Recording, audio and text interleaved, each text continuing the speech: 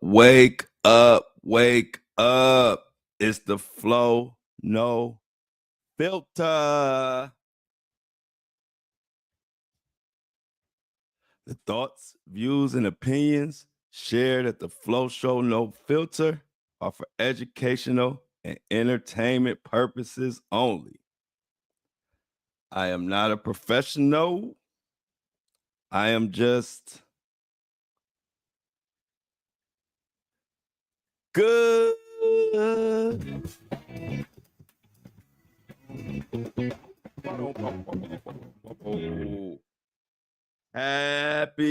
Happy, what is it, Tuesday? Don't tell me it's Tuesday. Taco Tuesday. Here we are. Another Taco Tuesday. I don't know how many Taco Tuesdays we've had so far in this show, but you can never have too many Taco Tuesdays. Welcome, everybody, to the Flow Show No Filter. The #1 podcast. I don't care. They copying us so much, y'all. We the #1 podcast. I know we still got a ways to go. We top 5% and moving up in 4 months, but they are copying us so much. We #1. I don't care what nobody say. And I'm going to break down a little bit of that. But you know, we're going to get into the Diddy monster, a.k.a. Mohawk Diddy. He is paranoid, scared out of his mind. Legal team asking for a crazy amount of extra time. They want to figure something out. They cooked. And we're going to talk about all that. Also, my good old pal Floyd Mayweather. Y'all know I used to be on Floyd Mayweather's record label, Filthy Rich. We toured and did all type of stuff. You know, that's like family. But y'all know I keep it real, so I had to call out when it's time to call out. Sometimes Floyd and them be mad at me. But hey, I got a job to do. So Floyd Mayweather is in the news for a faulty, that big real estate deal that he did is it's they're finding out that it might be fraudulent. So we're gonna definitely get into that. Also, what else? We got a little bit of this. Oh, I got some news about a possible upcoming guest interview we got coming up. Talk about that.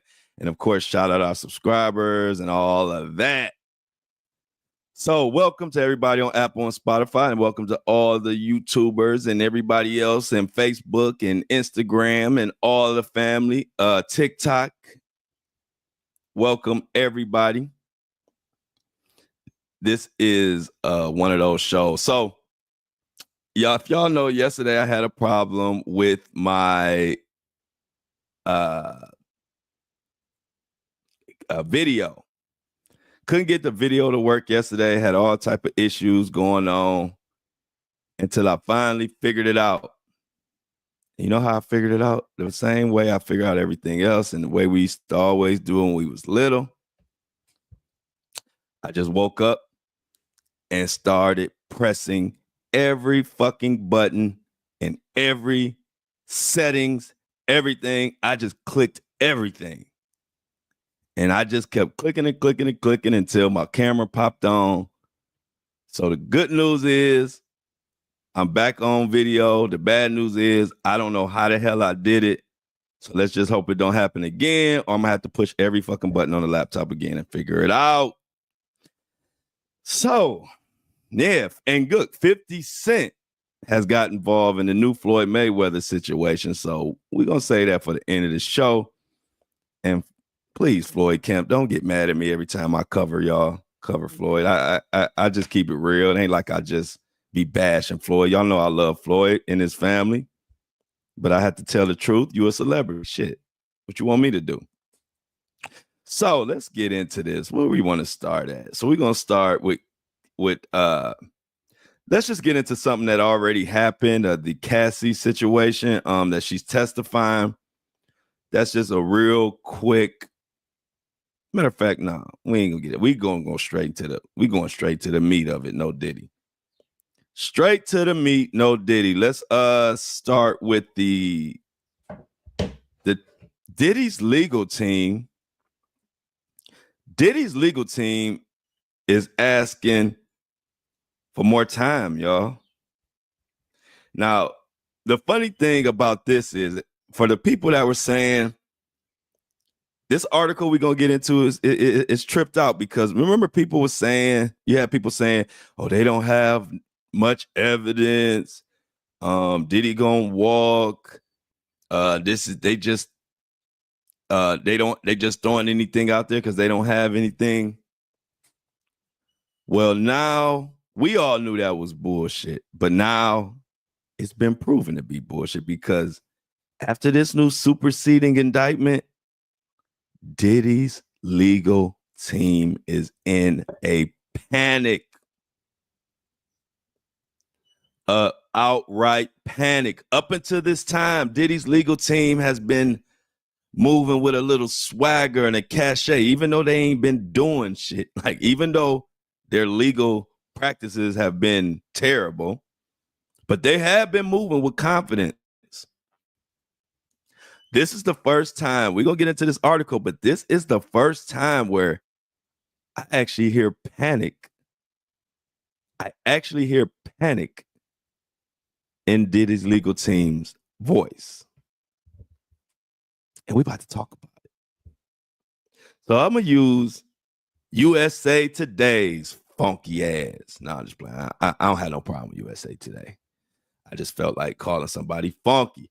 Sean Diddy Combs asked the court to exclude sexual assault allegations from the criminal trial. If it was up to Diddy, he'd just have all the evidence removed, wouldn't he, y'all? What do you think this is? Every time I look around, Diddy's team trying to get more evidence removed. I mean, I understand that's your job, but damn. If they could just remove evidence, bro, wouldn't nobody be going to jail? It's getting past. It's past strange at this point, or past over the top.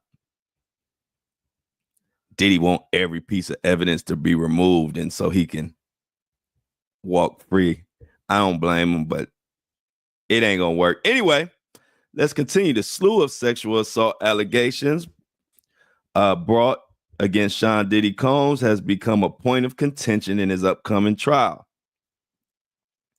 In competing motions filed Monday in the U.S. District Court for the Southern District of New York, Combs' legal team and government prosecutors argue over the admission of evidence that past claims detailing the rapper's alleged sexual abuse, according to court documents obtained by USA Today.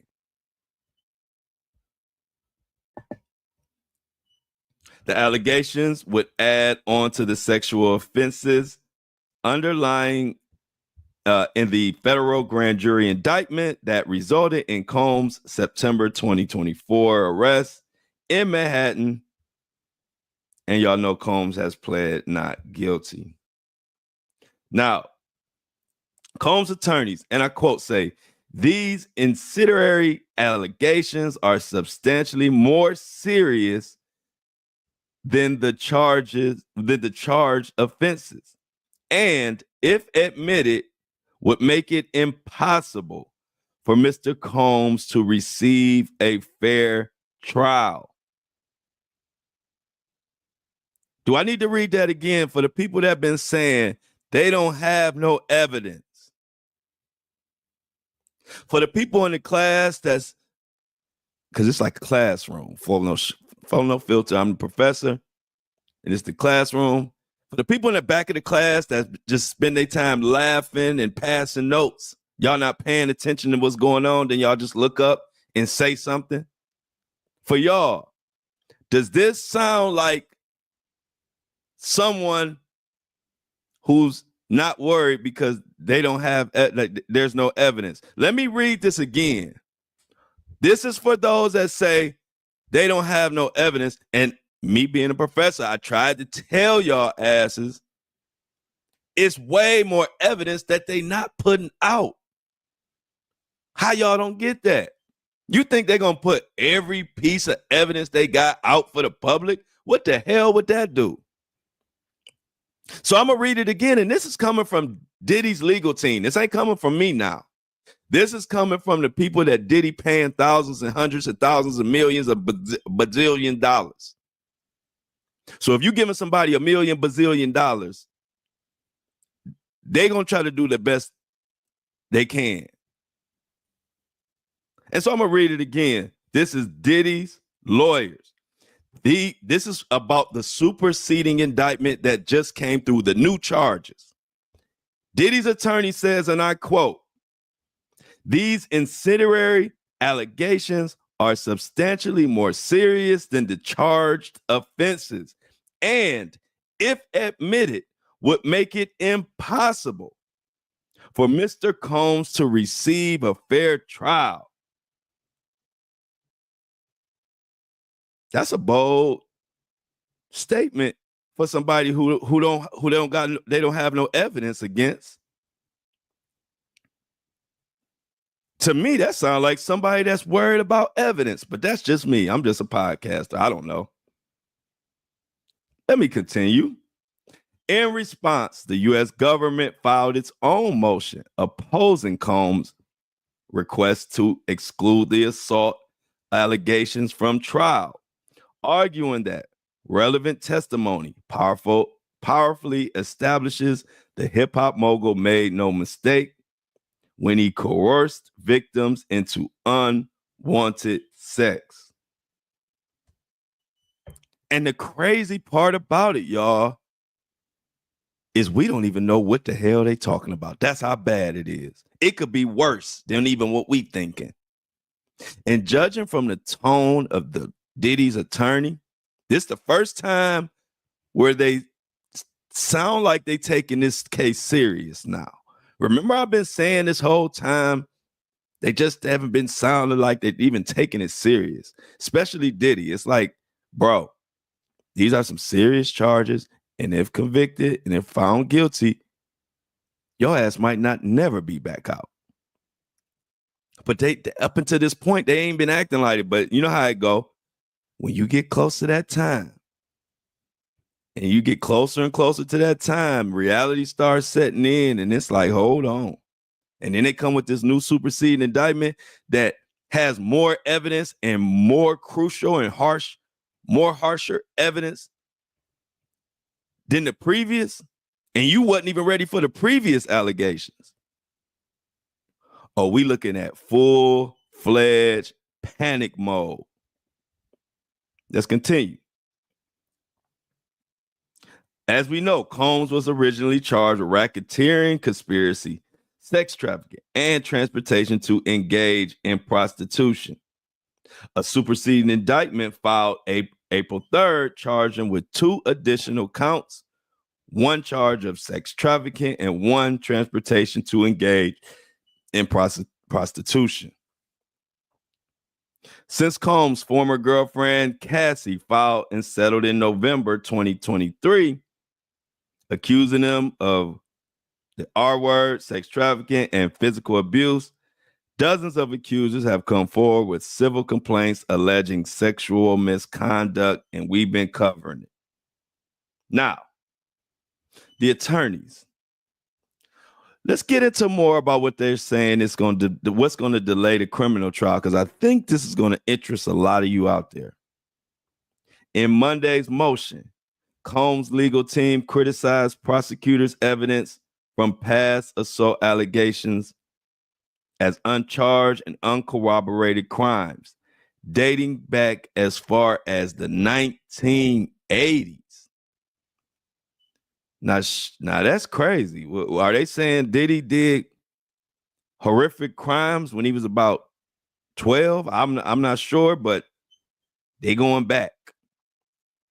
Attorneys expressed concern that the allegations, many of which reportedly implicate dozens of unidentified witnesses and alleged co-conspirators around the world, could significantly delay the timeline.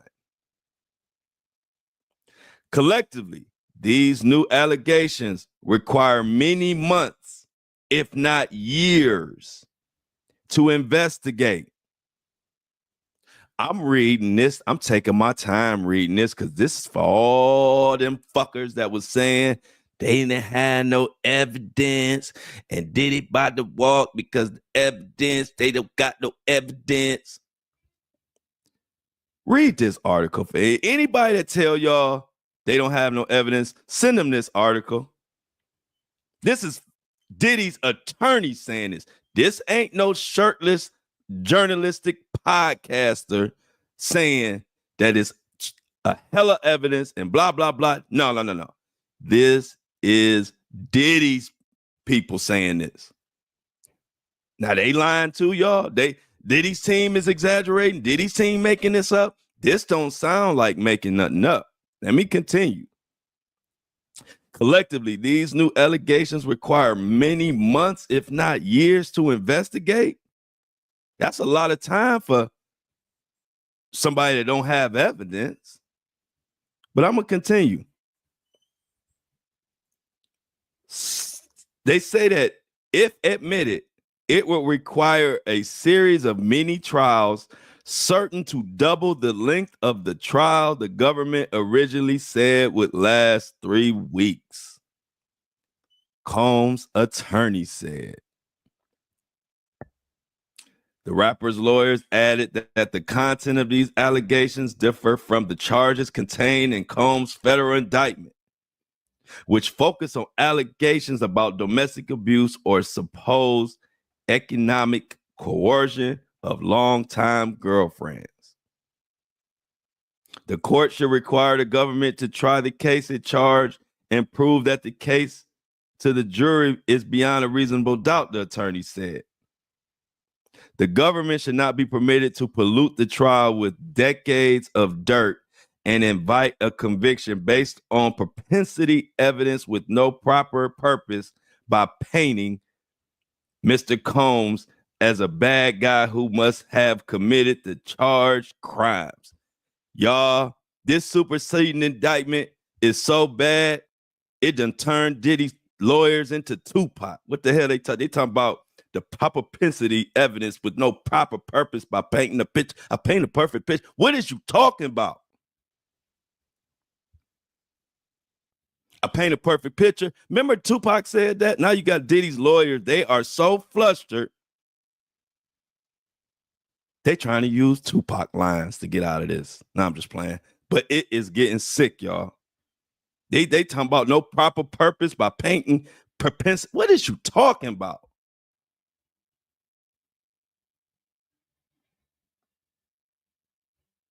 Let's continue. These Tupac ass lawyers.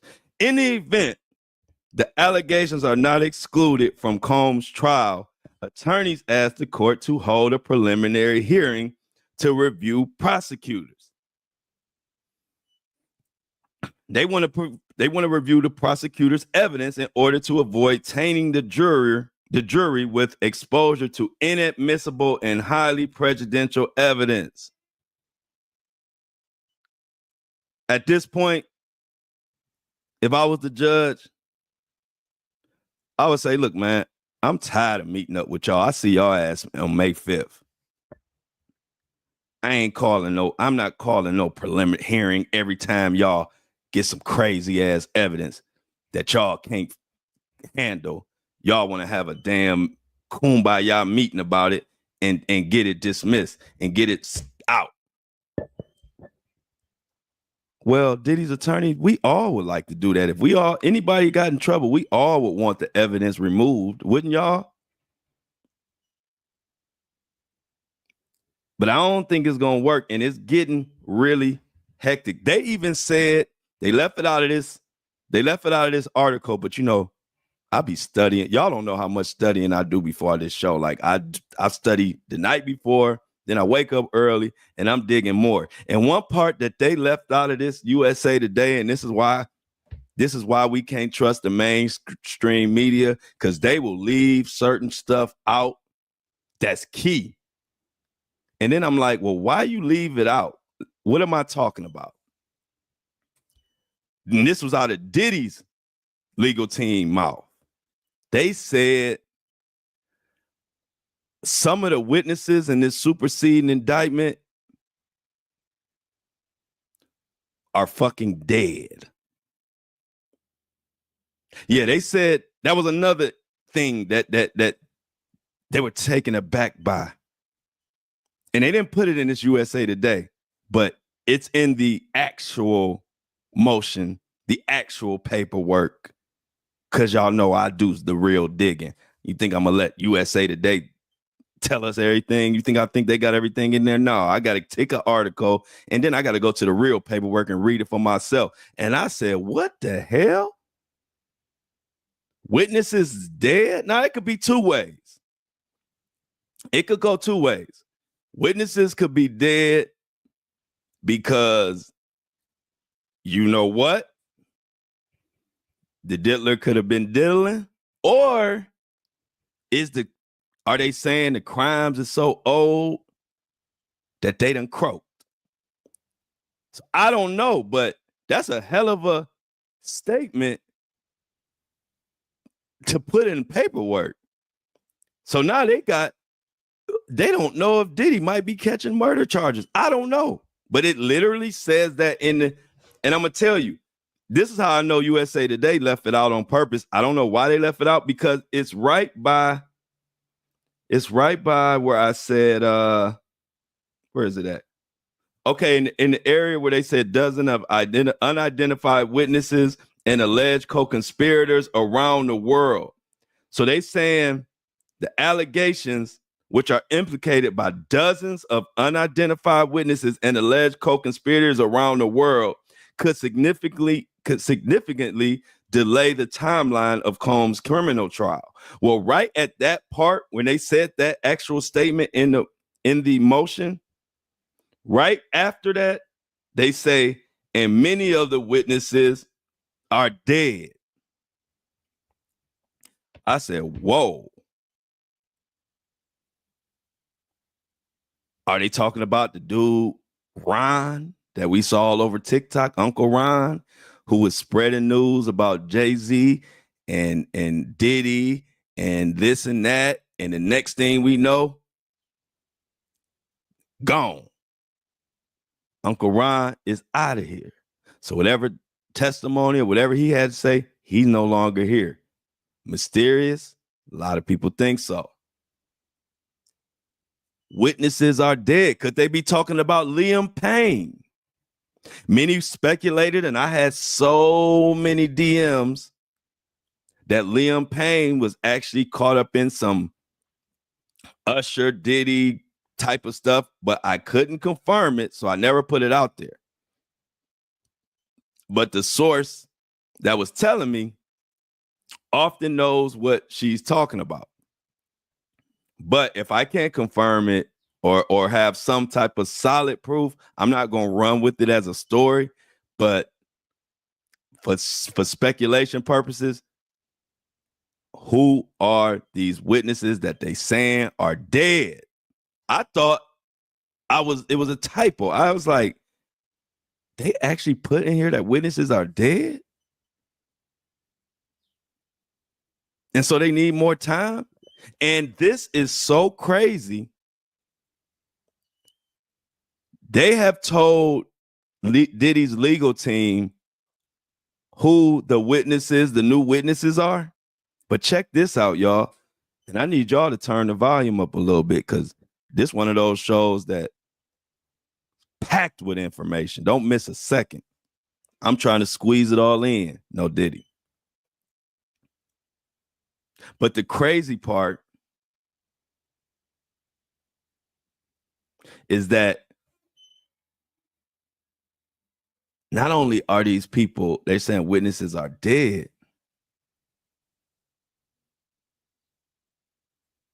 but now they're saying they need more and more time. Why you need more and more time? Because check this out. They're not even allowed to tell Diddy who these witnesses are until April 18th. Now, Diddy's legal team knows who are all this slew of witnesses that's coming, that's about to tear up and cook Diddy, throw him in the crock pot, panini grill, Foreman grill, microwave, twice baked, whatever you want to call them.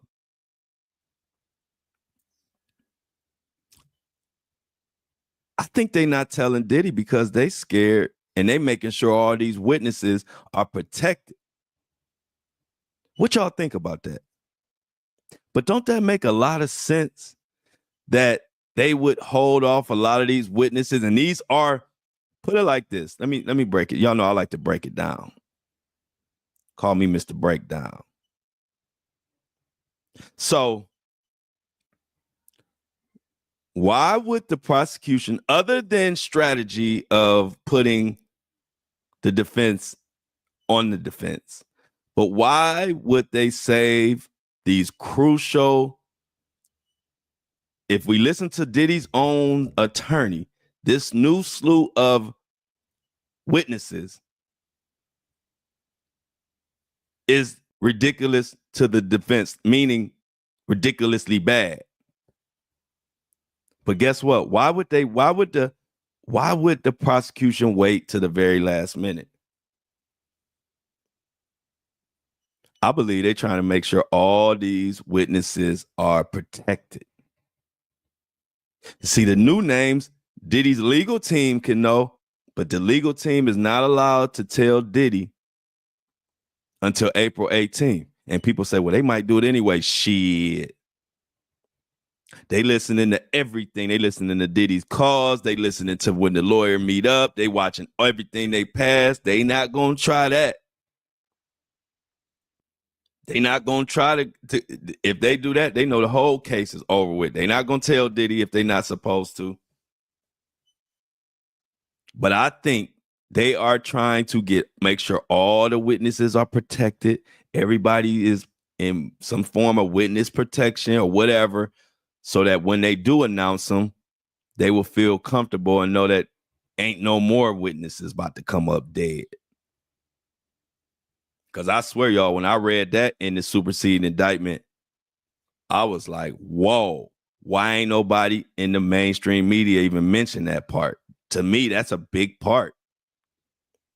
If they have in the superseding indictment, if the lawyers, Diddy's lawyers, are filing motions saying, amongst other things, that there are witnesses that are dead, I think we need to know about that. I don't know. Y'all tell me.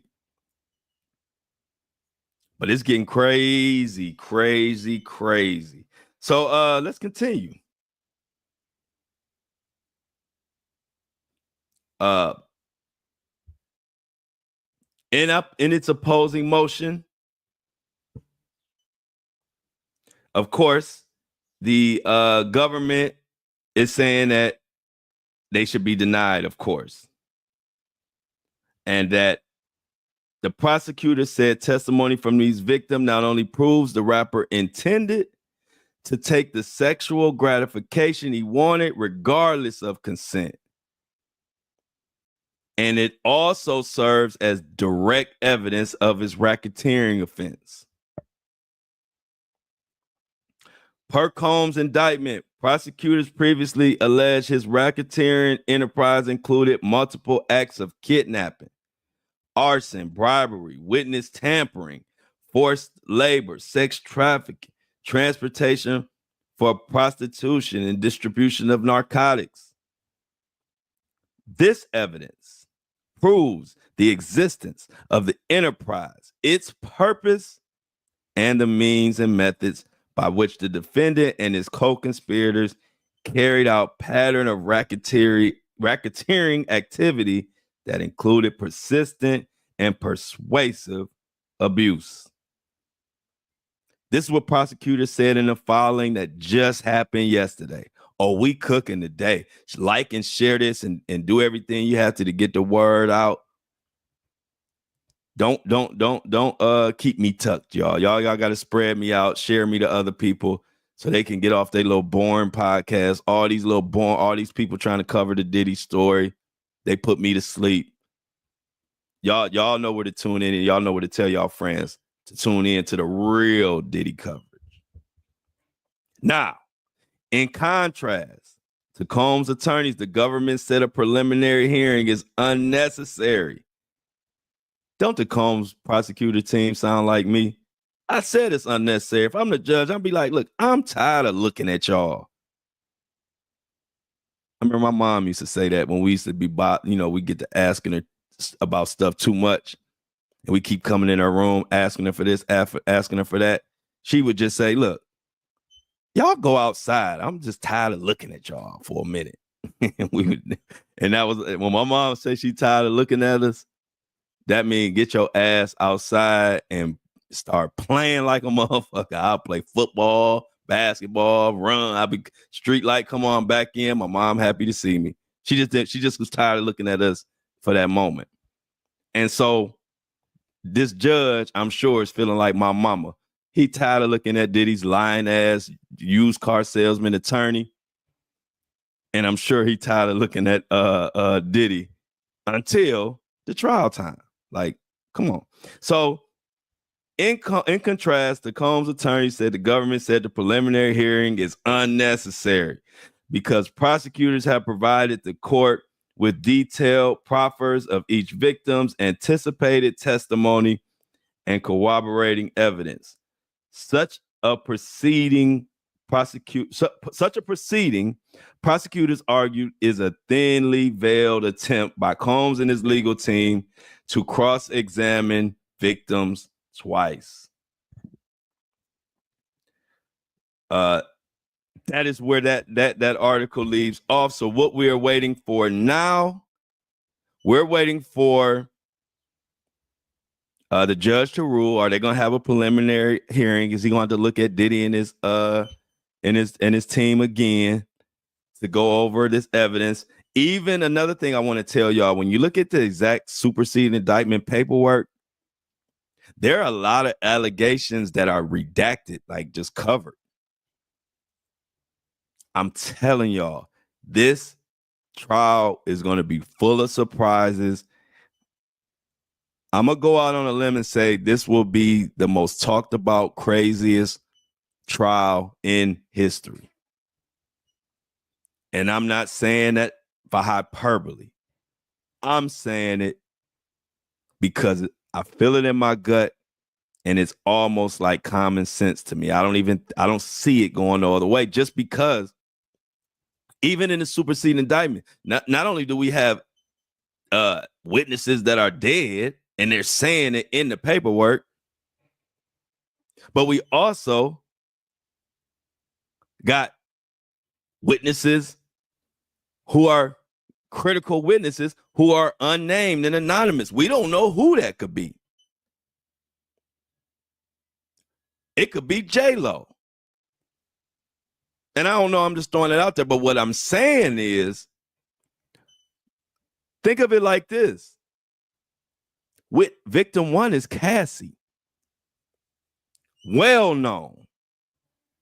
And if that tape didn't get leaked and we didn't know about all the lawsuit that Cassie got paid, we didn't know all that. Think about it. Up until this point, we've been just looking at victim one, victim two, victim three. We don't know who they are, and then we find out victim one is Cassie at the trial time. See, we already knew that, so that's a spoiler. But check this out. We don't know who victim two is for sure. We don't know who victim three, and now they're talking about a victim four. It is getting hot in here. It's getting hot in here. So take off all your clothes. That Nelly. Was that Nelly? Yeah, that was Nelly. The first thing I thought of when I said it's getting hot in here. But look. I ain't the type to try to beat a dead horse, but you fuckers that was telling me that they didn't have any evidence, y'all really was grinding my gears. And that's hard to do. But I just hate when people say stuff that don't even make no damn sense. And guess what? And this is why I don't pay anybody no attention when they just saying stupid shit. They're not going to come around. Now, when this article dropped, those same people that was talking about that they didn't have any evidence, they're just going to disappear into oblivion. I don't know where they go. It's like once they're proven wrong, they just disappear. I don't see them in the comment section. I don't see them in the chat. They don't troll anymore. And that's why I don't respect it. If you're going to call me out or tell me I don't know what I'm talking about or say that they don't have evidence, bring your raggedy ass back over here when you find out they do got evidence and tell me I was right. Don't be hiding. Because y'all know if I'm wrong, I'll apologize. I had to apologize to police departments, whatever. I don't mind admitting when I'm wrong. It just don't happen that much because I'm good. So let's put that article to bed and move on. Because these episodes getting longer and longer. Y'all know I love my community. If y'all go back all the way to the first podcast, y'all remember my first podcast was like 25 minutes, 23 minutes. Then I kind of creeped up to 40 minutes, 50 minutes here and there. But I was keeping it short because I was learning and getting my shit together. Now, because I told y'all, my goal is always to give y'all as much content as I can. I don't never try to cut y'all short. And if the content flowing is flowing, now we going hour plus, hour and a half, hour and 20 minutes. In a minute, I'm going to be doing the 2-hour podcast episodes like the big dogs, Tucker Carlson and Rogan and all the rest of them. But anyway, also, real quick, I'm not going to spend a lot of time on it, but a lot of people already know it. But Cassie, it's a big deal that Cassie is the only one out of all the victims. Something confused me. I've always knew it was 3, but it's a victim 4 or something. So I'm going to get some clarity on that, maybe after they have the hearing. But victim 1 is Cassie. And as we sit and wait what the other victims of, it's who the other victims are, I should say. I'm sorry. The fact that Cassie is testifying under her name is huge because she could have testified anonymously, but she's going to testify as Cassie Ventura, the former R&B singer who is currently pregnant and will be testifying and get into all this freaky madness while being pregnant. That ain't good, Diddy. That ain't good. To have a pregnant woman up there crying, talking about all the manipulation and coercion you've been doing, that's going to touch the jury. That's going to touch the jury. So, got some quick good news or possible news, y'all. Y'all know Mark Curry. So we're going to put that to bed right now. But Mark Curry, some great news for the podcast, for the Flow Show No Filter listeners. This is the People's Podcast. If you've been here from day one, which was October 30th of last year, you've watched us grow. You've helped us put this thing together. Like I tell people, this was named by the people. This was the people's idea, which is why it's so successful. I didn't force no podcast on nobody. My community said, hey, you need to do a podcast. I did it. My community came up with the name. I added No Filter. Boom, here we are. But we've done something so incredible. I just want to let y'all know the impact that we're making. First of all, we went to 100,000 downloads. And I got that big, crazy Floyd Mayweather news coming up after this. So you won't want to stick around.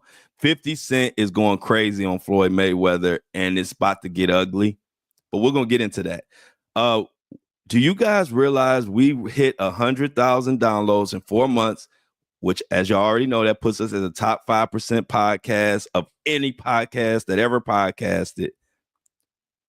But the reason why they all following us, like TMZ, and I'm going to tell you some more TMZ did that's following and copying our whole blueprint. But y'all, this is why all the podcasts is following what we doing, even though we are just coming up. We moving at a rapid pace, but they trying to steal our sauce. They trying to see, what am I doing? What are we doing that they ain't doing?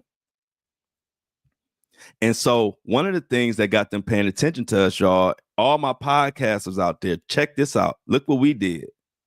Do y'all realize we have reached the top 5% and 100,000 downloads, something that rarely happens in podcasts? Do y'all realize we have done that without a fucking guest? Without one interview. You go to a podcast and you see what podcast could do these kind of numbers without one guest.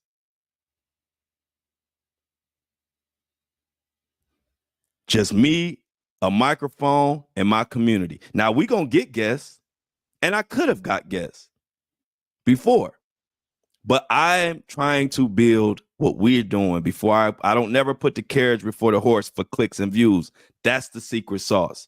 I don't sell out myself for clicks and views. I do things organically and when they right. And I'm saying all that now because we about to have our first guest.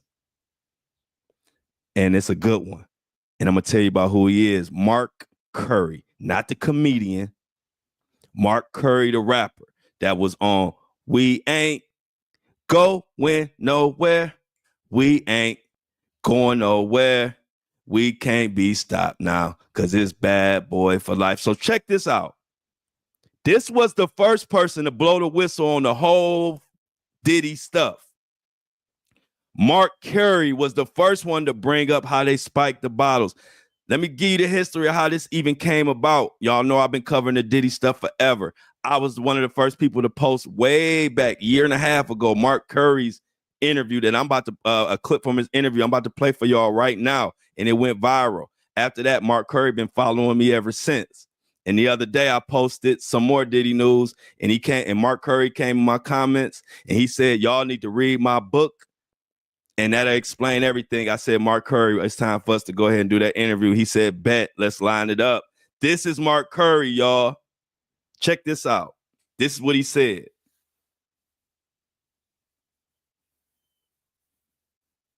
We go and get to the VIP. All of these girls come around the VIP and they just be standing there. And like, let me tell you something, man. I'm going to get back with you. We got to rewind this back. We used to go when we go to the club, we used to have these bottles, right? And on this bottle, they be regular Moet bottles. On them bottles right there, they've been to have something to make the girls be real slippery and all of this kind of stuff. So when you get up, they be like, don't touch them bottles right there and only drink them bottles right there. So we already knew what the drill was. You just don't mess with them bottles, right? Then all of the girls is in the club after a while. They all opening up their mouth like little birds.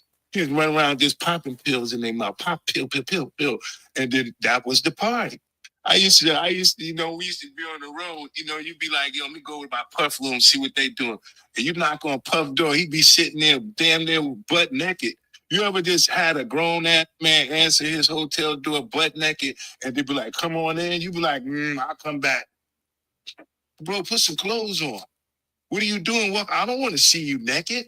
Grown man stuff. Yo, that's kind of disrespectful. So when you get, that's called the test off. How you make sure you breaking in. Yo, call the artist up here to the room, tell him I'm going to have a meeting by my tub. He be in there by the tub and stuff, soaking and stuff. But naked, you be like, how the hell I'm supposed to have a meeting with a butt naked in the tub? Did y'all hear them spike bottles? This was huge. Like I tell people, y'all know I've been studying this, and see, that's the difference between me and a lot of these other podcasts. I've been in this culture. I've been studying this for a long time. A lot of people have missed and forgot about Mark Curry. Mark Curry was the first one to kick all this off. But what happened was people they still had beer goggles on when it came to Diddy. And they didn't think none of this was true. And then they thought he was just hating. This world got a problem with thinking everybody clout chasing. So it's a lot of us out here that don't give a shit about clout. So quit thinking that all the time. People just, soon somebody says, oh, they just want the clout. They just clout chasing Diddy. Nah. Some of us don't give a fuck about clout. Some of us do a podcast and make content and don't even put a fucking shirt on. It's people out here that don't care about that clout. Get that out y'all head.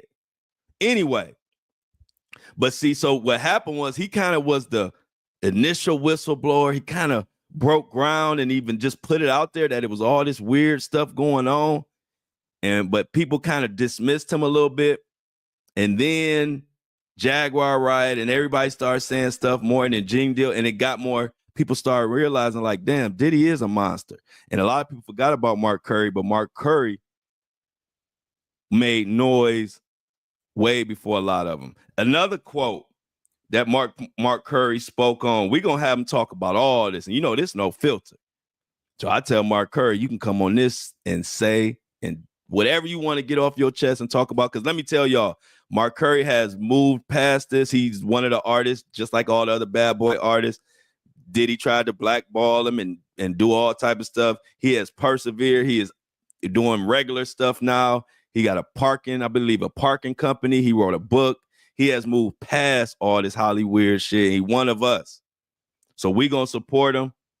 We're going to support him. But look, he also said this about Kim. Y'all remember Kim Porter is Diddy's ex who mysteriously died and was about to release a tell-all book. And next thing we know, she gone, and a lot of people looking at Diddy. Check out what Mark Curry had to say about that.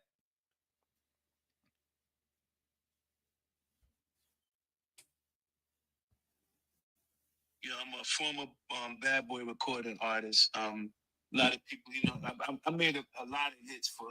You hear that? Former My bad name boy. is Mark Curry. You know, I'm a former bad boy recording artist. A lot of people, you know, I made a lot of hits for Puff. How do you feel about these lawsuits accusing Diddy of abuse? What do you think about that? You knowing Diddy, do you think he's capable of doing that, man? Do I think yeah? I think he's very capable of doing it. It's in his character. That's who he is. That's what comes with power. That's what comes with arrogance. That's what comes with, you know, what makes him.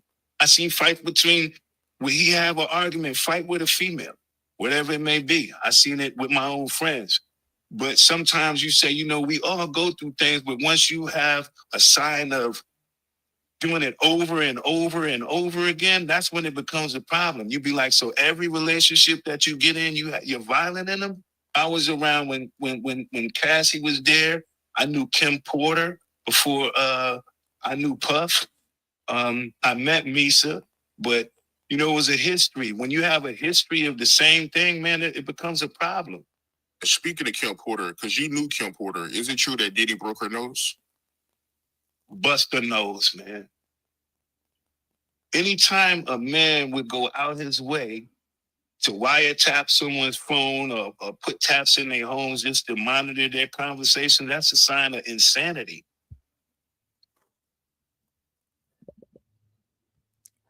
Did y'all hear that? Now, he knew Kim Porter before Diddy.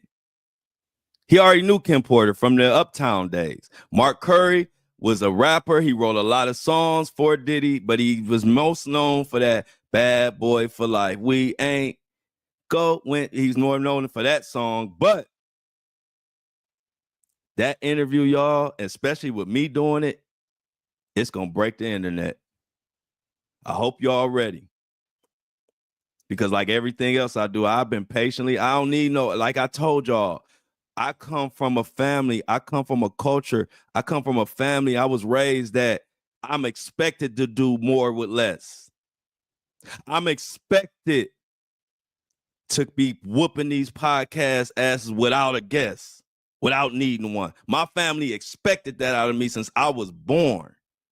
So that's just the way I live. So I was like, I'm not worried about trying to get clicks and views and downloads. I don't need no guests. I got to make my name first. I have to be able to be on this bitch and talk for an hour or two comfortably. And y'all enjoy it before I start even think about having a guest. See, they need guests. I don't. The difference is I want guests that mean something to me and my community.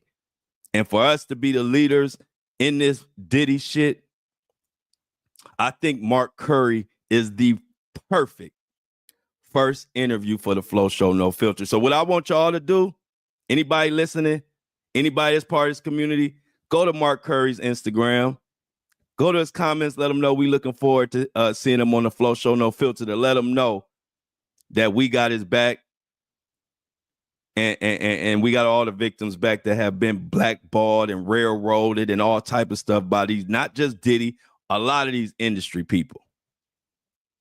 So yeah, anybody y'all could do that for me. Matter of fact, if you want to look on my page, I'll post the conversation. It's just a couple of little lines that we talked to in my comments, but you can go to my comments and check it out.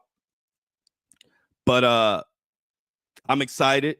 Like I said, y'all, we that interview right there is gonna break the internet, and it's gonna take the Flow Show No Filter to a whole nother level. Because a lot of people have forgot about Mark Curry.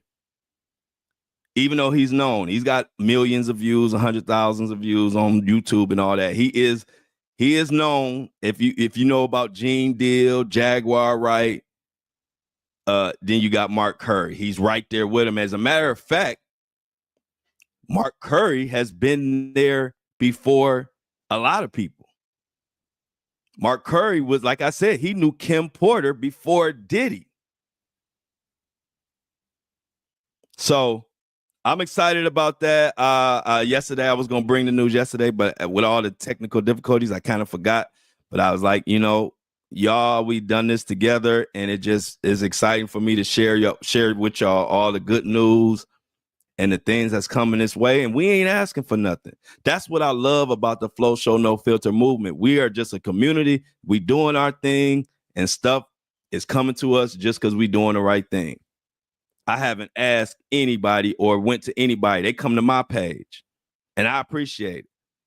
So I'm going to be working on that, Mark Curry. But one thing y'all can't do, because it is tough for these victims, and it's tough to be speaking out against somebody like Diddy.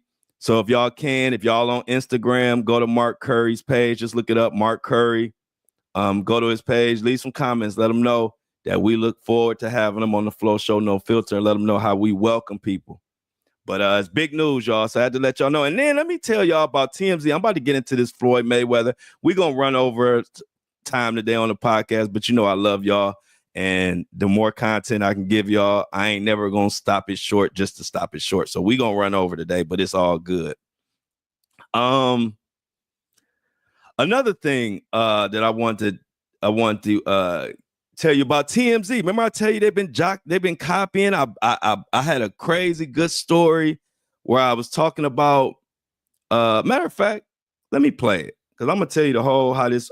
We ain't rushing today. I'm gonna tell you how this all played out. So let me go back to this. So Sunday afternoon, I dropped a video saying, a lot of people are worried about Diddy is worried about Cassie testifying, but they don't know that he's worried about this psychologist, this lady who is an expert at describing coercion and all of that. So I dropped this video, and I'm about to break you down how TMZ is watching and copying everything we do. And if they listening, y'all know y'all copying it because you listening now. So check this out. No, hey, look, it don't make me mad.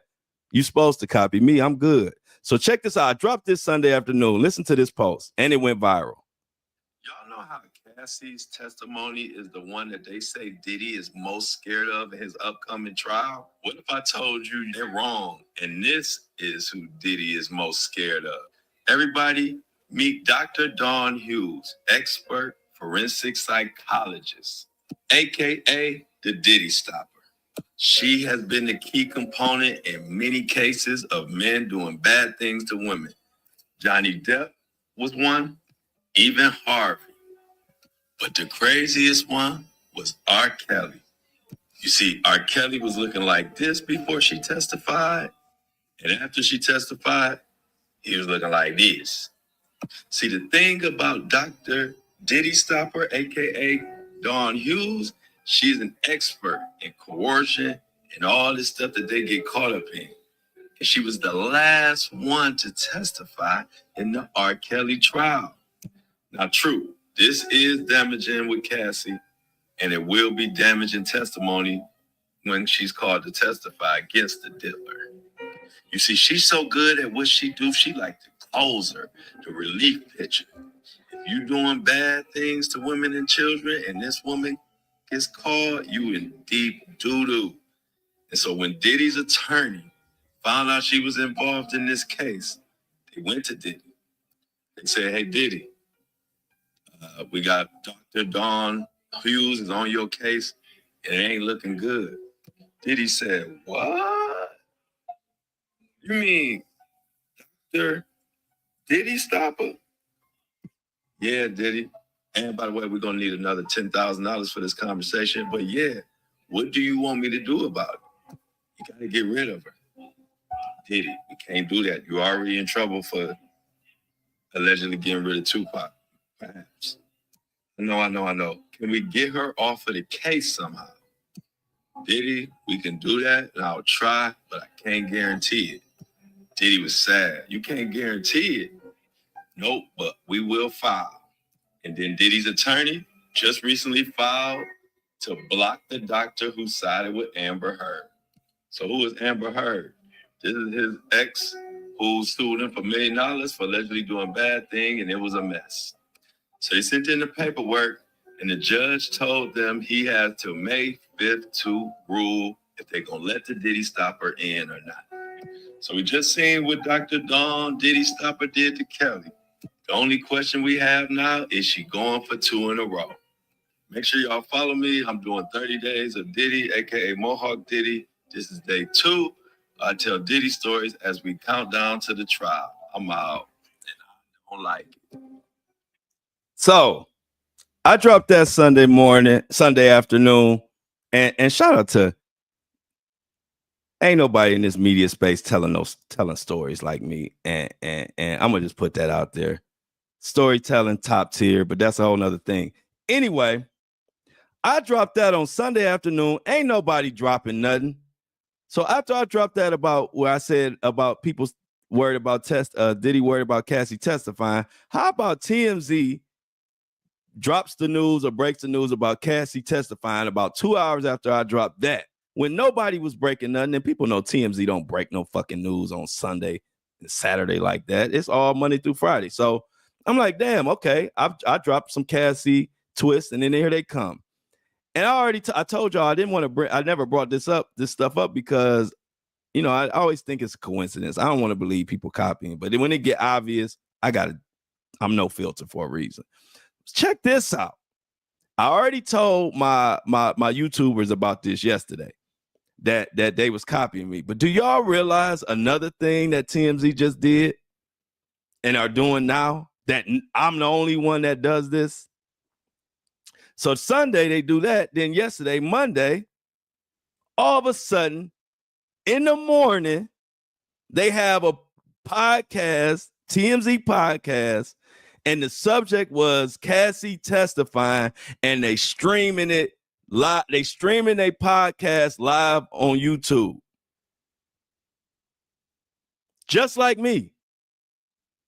I ain't seen nobody else streaming their Apple and Spotify podcast live on YouTube in real time. I'm the only one to do that. I look down. So now they got their morning show podcast, and they talking about Cassie, and they streaming live. Hey, I ain't hating. I ain't hating at all. I love it because it just lets me know I'm doing the right thing. But don't think I ain't paying attention. It's like a chef that with his famous sauce. I know when somebody copying my sauce. I know when somebody you can't copy me without me knowing you copying me, because my shit's unique. I purposely do stuff different. So I'm not like none of y'all podcasters and this and that. But I said, damn, now y'all gonna stream and have a morning show podcast, damn near talking about the same thing I'm talking about, streaming it live. Go to YouTube. Y'all tell me another podcast that's on Apple and Spotify that y'all see that streams live as they're doing their podcast. You ain't gonna see it. Yours truly, that's who do it, but now TMZ do it. But go ahead, TMZ, do your thing. I am not mad at all. I'm just letting the community know that helped build this podcast that we are doing the right thing, and we're going to continue to do it. And I'm going to keep calling out everybody who copied just so we can keep our eyes on them.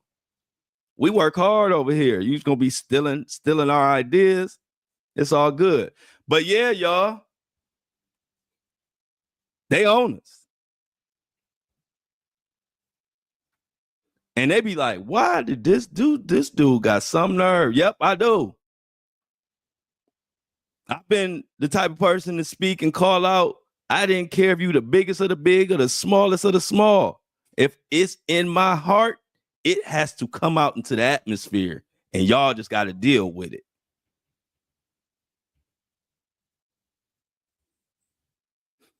So before we get out of here, let's talk about Floyd Mayweather. He got 50 Cent on his ass, no Diddy. And it's because y'all remember that $400 million deal that Floyd Mayweather was bragging about? Yeah, go ahead, Diamond. And Nadreema, let me shout out Nadreema. I see you saw something about you ain't on Facebook. I'm talking about Instagram for Mark Curry. So not Facebook. Just to throw that out there. But definitely Diamond said, and a lot of people been saying people are copying me. My mama said people copying me, but you know, I just be thinking people supporting. But now y'all right, people copying like crazy. Anyway, y'all remember that deal when Floyd Mayweather was bragging about he bought $400 million property and property in Manhattan. And even me and Greg were saying on the morning show, if y'all remember, I might have to bring that episode back because we said it didn't sound right. See, a lot of people don't know, me and Greg met in real estate. He is a financial broker getting the money, and I was investing in hella real estate. I'm a real estate wizard. Closed my first real estate deal when I was in senior in high school, my mama's condo. Short story go like this. I was 17 years old. My mom was pushing, trying to get a condo. We was living with my grandmother. And we was only there for about a year. And we was getting ourselves together to get back out on our own. And my mom had went through this real estate deal. It took like 90 days. And then at the 90-day mark, they told her they couldn't approve her for some stupid reason. And I watched my mom come up with every document and do everything they said. And at the end of the road, they told her they couldn't do it. My mom came home and fell out. I said, Mom, what's wrong? I'm 17 years old. I said, Mom, what's wrong? My mom said, they denied me. My mom was in tears. You know, I'm a little 17-year-old boy saying my mom in tears. I'm ready to do whatever the hell I got to do. Do y'all know my 17-year-old ass researched different laws and why they couldn't deny my mom? I called that mortgage person, Sandy Kramer. I remember his name. They were so old, they probably not even around right now. I talked to Sandy Kramer. He thought I was an old ass man the way I was talking. And I laid out all the facts of why my mom, you can't deny her and what she can do to do whatever they were trying to deny. I put it all out. Do y'all know? True story. They came back like a week or two later and told my mom, come sign your papers. And my mom bought her first condo and we got the hell out of my granny's house. And I made that happen at 17 years old. True story. Ask my mama. So I say all that to say, people, you never know about people. I am a real estate guru. That I love real estate, and I've been dabbling in it since I was a kid. Anyway, if you remember when that $400 million deal came out, me and Greg said it didn't sound right because they're not letting certain people, and I'm not even talking about race. I'm talking about you just have to be in the in crowd of New York real estate. They're not letting anybody just buy $400 million worth of property in the middle of Manhattan. I mean, it just don't even make sense. So it sounded crazy.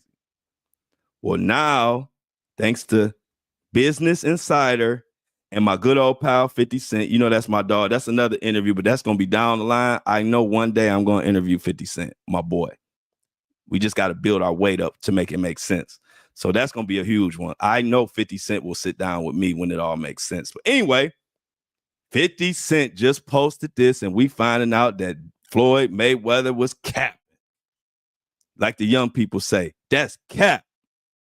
Check out what 50 Cent posted. I'm going to break it down, and I'm probably going to get a call or a message from Floyd in his camp. But damn, y'all, hey, this is a story. Shit, what you want me to do? It's supposed to 15 minutes. You're right. It's supposed to 15 minutes. Junior icons has claims of investing in a $402 million Manhattan apartment portfolio just over a month after Mayweather announced his biggest deal yet, acquiring 62 rental apartment buildings in Upper Manhattan. Business Insider reported that no such deal appears to have occurred. Floyd recently posted a video on Instagram claiming he bought 6 apartment buildings, stating that they are all his property with no partners involved. However, Business Insider has contradicted these claims, stating that the ownership of the buildings remains unchanged and they are not Mayweather's, as he stated. Many are left questioning why Mayweather would make such a bold, untrue claim about his financial dealings. Now, Mayweather Jr., there's a story circulating that Business Insider did talking about this $400 million property deal that he had been discussing here in New York City.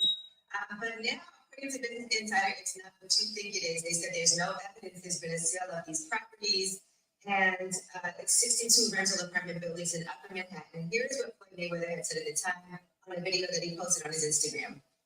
I love bringing people into my lifestyle, showing people how I live. Now, when you guys see me on the record talk about real estate, well, lately I purchased 62 apartment buildings in New York City. And what I need you guys to do, slide and check out the photos.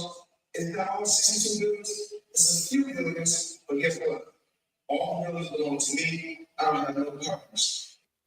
We go through that.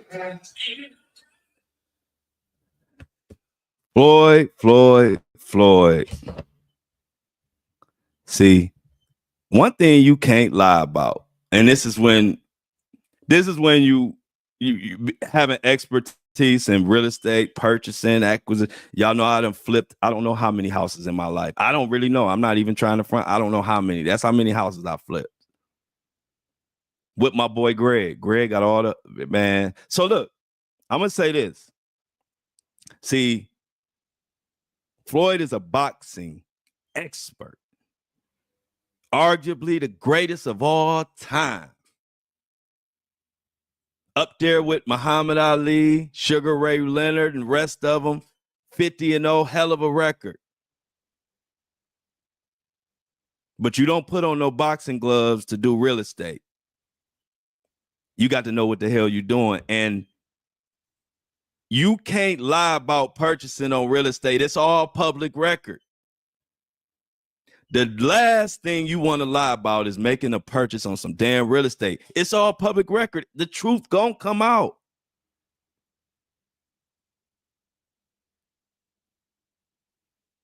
You know, they always got rumors that Floyd spent his money crazy and I don't give a fuck. They say if Floyd got $1 billion, he gonna spend $1 billion. They say if Floyd get 50 billion, he gonna spend 50 billion. So 50 Cent implying that Floyd is going broke or broke. And not only were they talking about him lying on that real estate deal, but they also were saying with the cars and everything, they saying he's trying to mask the fact that he's broke and he's capping. So just like any other news story that we bring you, we have to come back and say, hey, that wasn't true. Y'all remember when I told y'all about Floyd buying the $400 million and we actually was giving him credit for buying that much property and blah, blah, blah, even though we thought it didn't sound right because it's just hard for anybody to get $400 million worth of property in the middle of Manhattan. Well, now I got to come to y'all and tell you it was apparently cap.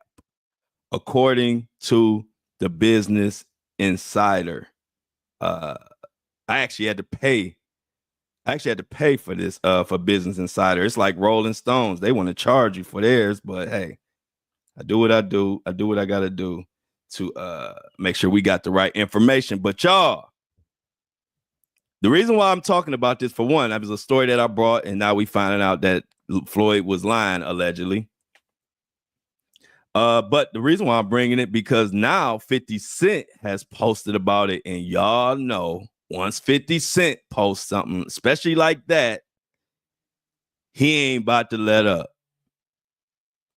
So I'm just putting y'all on to what's going on and what to look for today on your timeline.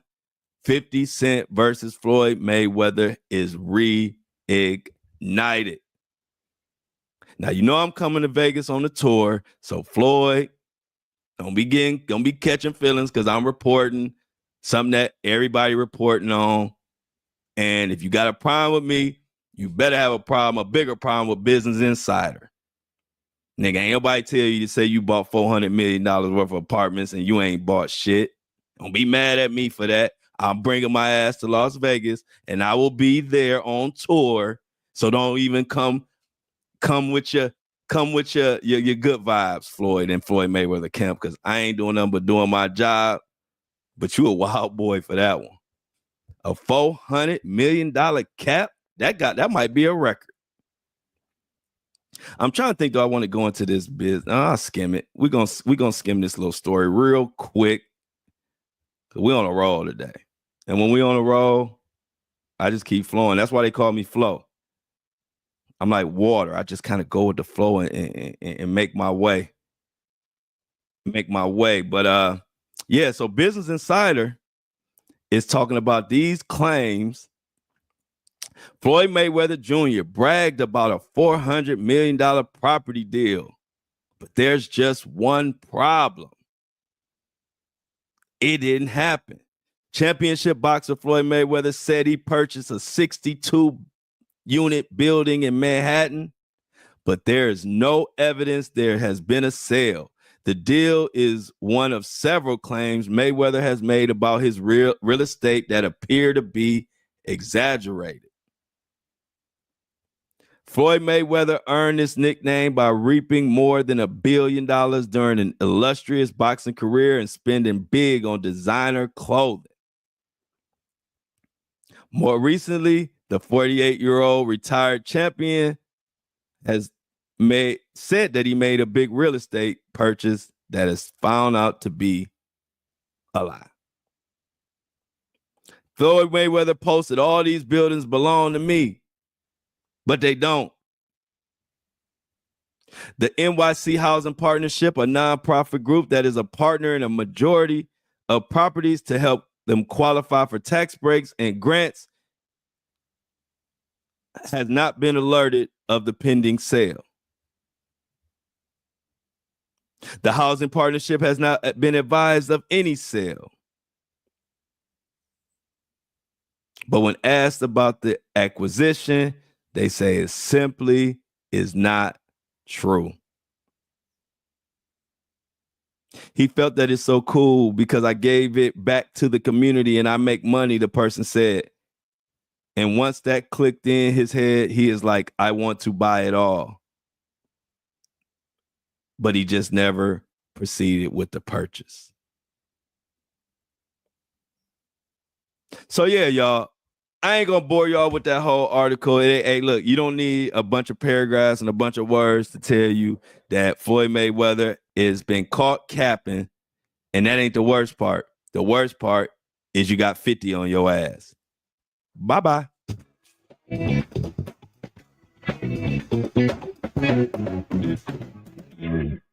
Hold the horses. I forgot something, y'all. Y'all know I can't never get out of here without thanking my subscribers, the people that make this thing work. What am I doing? False alarm. So let me thank some of the new, whoa. Y'all, they have been, man. Y'all about to make me cry live on air. Where did all these people come from? I just opened up my phone. We got all kind of new subscribers, y'all. I was about to cut the show, the show off, but I can't believe. You know what? I tell y'all, ain't nobody more important to this show than the subscribers. The subscribers damn near more important than me.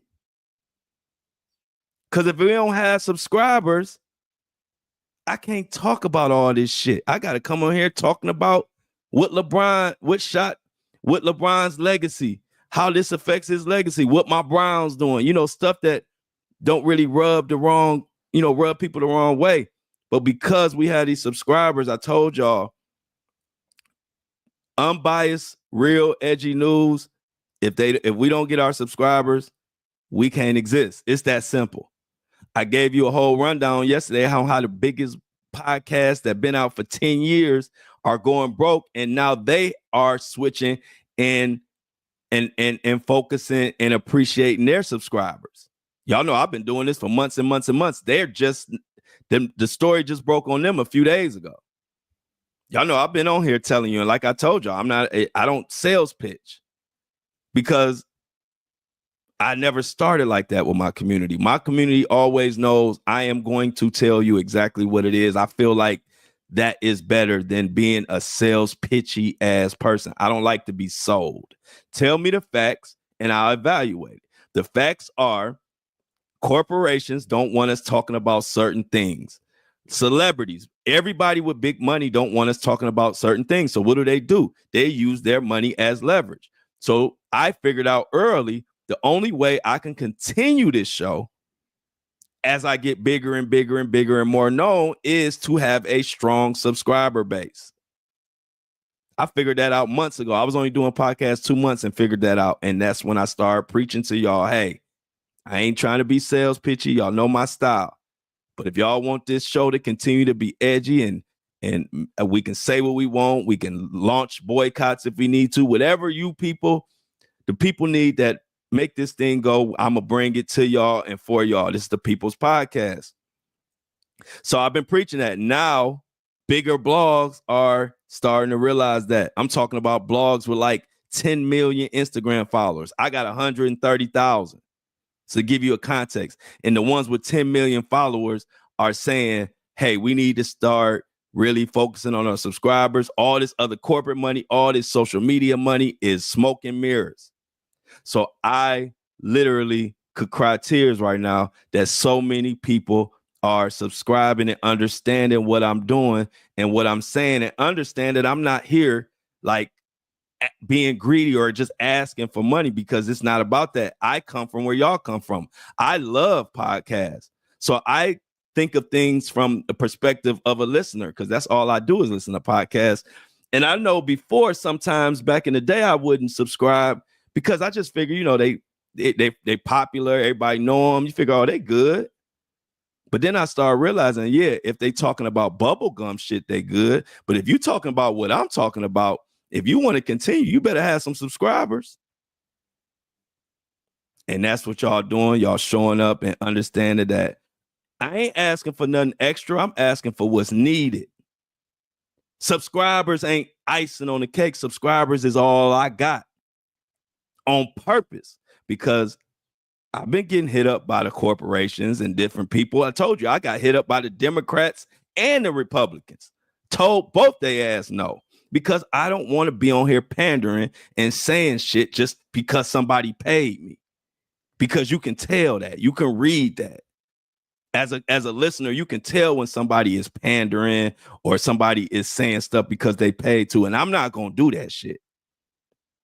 So I told Democrats keep their 20,000 and told Republicans to keep their whatever. I don't know how much they were going to offer, but I just said, I'm not. And this was during the campaign. Matter of fact, let me add that context. This was before. This was when they were Trump and Kamala were campaigning, and they reached out to me to be a part of this and that and whatever. And I'm just not doing that because I'm not going to tear my brand up trying to for some money. I'm good. So anyway, look at all these subscribers, y'all. I like I said, I'm shouting out every last one of them, and it's just amazing. And every single person. Not only did they subscribe, but they gave more than $3. Y'all know $3 is the minimum. So we about to announce these people. I'm so glad that I thought about this before I got out of here. And as a matter of fact, I probably will come back and announce them again tomorrow earlier in the show. But anyway, I need everybody to give it up for Stephanie Lee. With a $5 donation, Stephanie Lee, the Flow Show No Filter. The Flow Show No Filter greatly appreciates you. You take your $5, your hard-earned money, and understand that the only way to keep this thing going the way we want it to go. That's important, because I'm saying the way we want, because this show can continue no matter what. Y'all subscribe or not. The only problem is if we don't have subscribers, then we got to talk about bubblegum topics and bubblegum information. And I ain't doing that. So to keep this show the way it is, Stephanie Lee, I appreciate you. Everybody in the chat, Give Stephanie Lee her flowers. She gave a $5 donation when the minimum, it's only at $3 is all we ask for. Let's go to the next one. Monique A. Ziegler. Come on down. Monique A. Ziegler gave $6 donation. We only asked for $3. Monique, from the bottom of my heart, we at the Flow Show No Filter. And when I say we, I mean me. Greatly appreciate you in these times to know that, hey, I fuck with your podcast and I'm going to support you. And I appreciate that. And which is why I get my ass up every morning on time, on schedule. So y'all know exactly when these things is coming and when not, because that is me showing y'all that I value y'all support. So I ain't coming in here and just doing it. And you don't know if a podcast going to be in the morning or if I'm going to drop it at night, just coming at any time. I come on schedule because that's my way of showing y'all appreciate me and support me. I am going to take this serious as fuck. So thank you. Thank you, Monique Ziegler. Next, we got Christy McNew. Christy McNew. Christy, I love that last name, McNew. I might, if you don't mind, I might make that one of my little alias, Mr. McNew. But anyway, Christy McNew gave a $4 donation. We only asked for $3. She went an extra $1. She put $1 on it. And I'm happy. And we thank you. Christy, everybody in the chat say Christy McNew. Christy McNew. All right, next. We got Shanika. Shanika gave $5. Everybody who subscribed gave more than the $3, y'all. I mean, I could cry. I wish my video was broke like it was yesterday where y'all couldn't see me. I'll go ahead and let these tears, let them rain. Make it rain on them. But I ain't about to cry on camera. It'll go viral. And then Stevie J will be trying to meme it and trying to say I'm crying and I'm soft and all that. It ain't happening. These tears will be tucked until I get off camera. Anyway, thank you. Shanika gave $5. Everybody thanks Shanika, and I'm gonna tell y'all how to spell her name so y'all don't be thanking her in the chat and spelling her name all wrong. Shanieka. If you want to see your love, come to YouTube and you'll see all the love of everybody. We support our subscribers. And like I said, ain't nobody more important than the subscribers. Without the subscribers, ain't no show. It's that simple. It's that simple. And like I said, I've been telling y'all for months, and just in the last few days, you're hearing some of the biggest podcasting shows saying that they're going broke and they need subscribers. And they're 100 times bigger than me. So all that does is co-sign what I've been saying and to let y'all know, ain't nobody asking for nothing extra. I'm asking for what's necessary. If I was good and we didn't need the subscribers, I wouldn't even ask y'all. I would just say, just have a seat and just listen. But that ain't the case. And I don't want to change up the content because I got to pay bills. And then y'all going to be mad. And y'all going to be like, what happened to the Diddy? And what happened to the Hollywood? And what happened to all the cuss words and all that? I'm going to say, hey, I had to sell out. But y'all know Flo ain't going to never sell out. I'll be on the streets first. Anyway, we got our last, but certainly not least. This is the subscriber of the day. Vanessa Dimps. Venetia. I think it's Venetia, y'all. It's Vanessa Dimps. If it's Venetia or Venesia or any of that, that's a beautiful name. I'm sorry if I'm pronouncing it wrong, but that's a beautiful name, V. V gave y'all. But y'all clap it up for V. She gonna give $13 as a subscription and a donation. We only asked for 3. She gave 13. So Venetia, I'm sorry if I pronounce it wrong, but much love to you, Miss Dimps, and everybody in the chat. Everybody in the chat. $13 and we only asked for 3. Venetia Demps, you are the MVP. Shout out to all of my subscribers. And if you want to subscribe and continue to hold down this podcast and keep it what it is, edgy, unbiased, all facts, you want it to stay like that, you want to keep the lights on, go to the description box, either in the notes when you're listening to it on Apple and Spotify or the other podcasting host platform. Or if you're watching on YouTube or Facebook, look in the link and you'll see Buzzsprout subscription. You'll see the link. It says Buzzsprout, and then it says subscriber. But y'all guys are amazing. I really mean it. And I really lost for words. I don't even check the subscribers or none of that until I'm about to shout them out. So I never know if it's 1, 5, 10, 0. I don't know until I open it up. And I didn't have no clue that it was so many people who subscribe, and not only just subscribe, but everybody gave more than the $3. And that makes me feel good. It makes me feel appreciated. And it gives me like, it puts the battery in my pack and it puts the battery in my back and it gives me the energy to wake up in the morning and start cussing motherfuckers out. Thank you.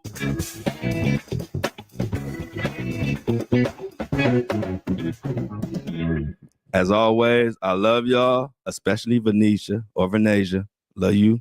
I love all y'all. And everybody who supports the show, whether you gave money or not, you are not left behind. Everybody plays their part. I love y'all, but I'm out.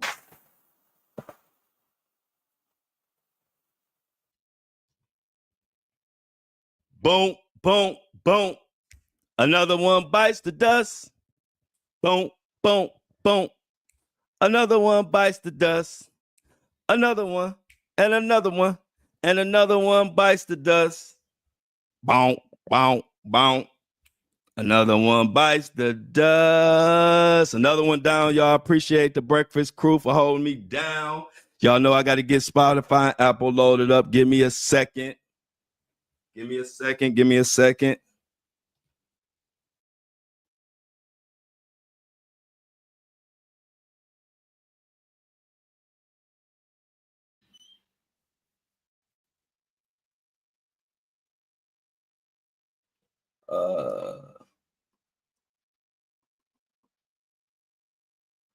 Let's get this party started. 2025. Y'all, I'm about to be. Hey, Diamond, we're going to have some. You're going to have to hold me down in Vegas, Diamond. They're going to be mad at me. When I come to Vegas for the tour, Diamond, you're going to have to hold me down because Floyd and them going to be mad at me. They're going to be like, where Flo at? Flo was talking about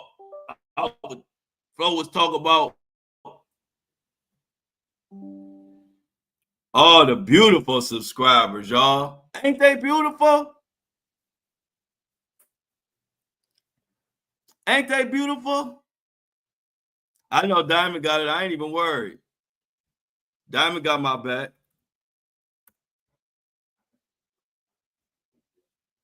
Hey, D. Everybody wanted to thank you for fixing the video. Oh.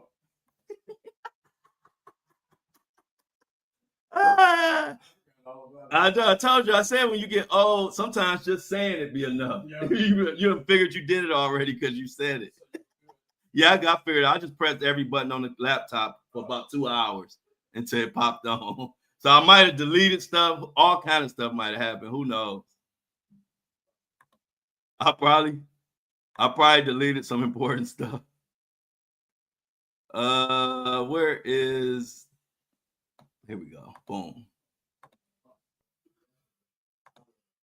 Y'all, Darnell ain't fixed nothing. I just want to put that out there. Darnell ain't fixed a lint. I told him when you get old, a lot of times when you say something, that be enough. Like you feel like you did it because you said it. He said I ain't repeat it. You know that's you know he always gotta get the last word. Oh man, I just woke up in the morning and started pushing buttons for like 2 hours. I know they have faith in Darnell. Yeah, you gotta have faith in me. I got it. I took care of it.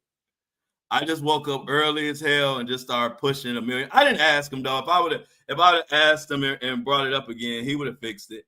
But I figured I could figure it out. Regina King, I will put the subscription link. Hey, Regina, I'm gonna put the subscription link in the I'm gonna put the subscription link in the I'm gonna put it in the chat. Give me 1 second, Regina. I appreciate you. I gotta find it. Oh man, come on, don't tell me.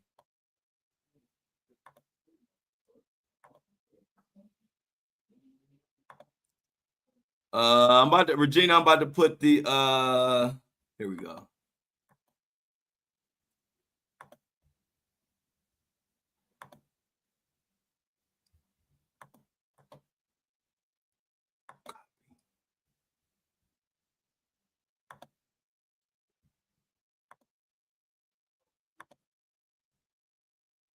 Oh yeah, you're right. But I can't put the link. I'm gonna put it in the chat. If I put it in the ticker, it's not. I don't think you kind of got to click it because it's gonna be kind of hard to go to from the clicker because it's gonna look like the ticker. It's gonna look like that. It's like it's kind of hard. I guess people could type it, but I don't know. Maybe I'll think about it, Amy. That might be a good idea, but it also might be a little confusing. We'll see.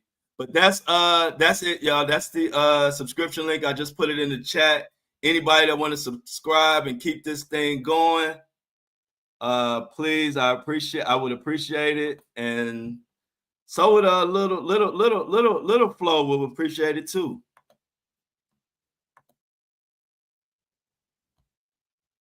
All right, so let's see, 2025, boom. Let's see if I can get this back loaded. All right, there we go. All right, y'all, I'm back. So I put the subscription link. I put the subscription link in the chat.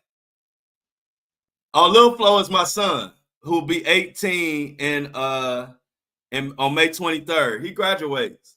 So I got a birthday coming up and he graduates this year, y'all. So I got to make some money.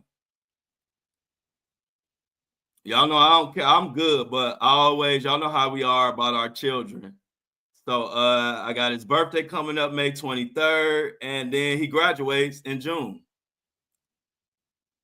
So I got some money to cough up. Y'all know how it go. Yeah, I know. Hey, look, I ain't even worried, Diamond. I know y'all got my back. I ain't worried.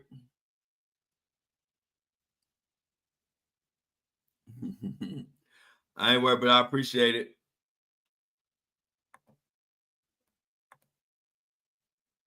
Oh, wow. Isn't that something? Hey, y'all, mini me. See, I did not tell y'all remember we had this talk about birthdays. And remember I told you people that are close to you or in your circle.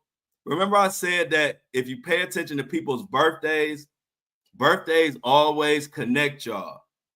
And so look at mini me, who says her sister birthday is May 23rd, the exact same birthday as my son. And y'all know I love my son to death. Wow. Wait a minute. Michelle, that's your son's birthday too? And then Amy's mom is May 12th? Wow. That is crazy. Yep, May 23rd. So y'all know May 23rd, we're gonna all be celebrating. Oh, hey, look, you know I am. You know, I've been, hey, Shonda, you know, I've been saying that that's gonna happen way before. So that's why I've been telling everybody so they could get it early.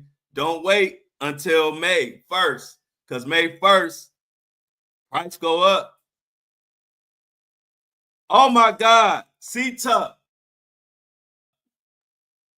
You just added another layer to this, C-Tuck. Let me take this damn headphones off. C-Tuck, guess who else is May 30th? My son's mama is May 30th. It just gets crazier. My son's mama is May 30th. and he May 23rd. I had to deal with two Geminis I had to deal with two Geminis for 20 years, 20 some years. Two Gemini. I appreciate my son and his mother. It's been a pleasure to raise him. And me and his mom had our issues like anybody else, but end of the day, he got a hell of a mom, and she did make my job a lot easier. Y'all know me, I keep it real. I don't care if we on good terms, bad terms, whatever, we gonna handle that. But I will always keep it real. I'm not one of those people that get caught up in my feelings and then I just talk bad or hate on people. Like I give it up. My son got a great mom, and she made my job very easy because she been up his ass, no Diddy's, all 18 years. I ain't even had to worry. I've been doing my part as a dad, but shit, that's a real mom he got.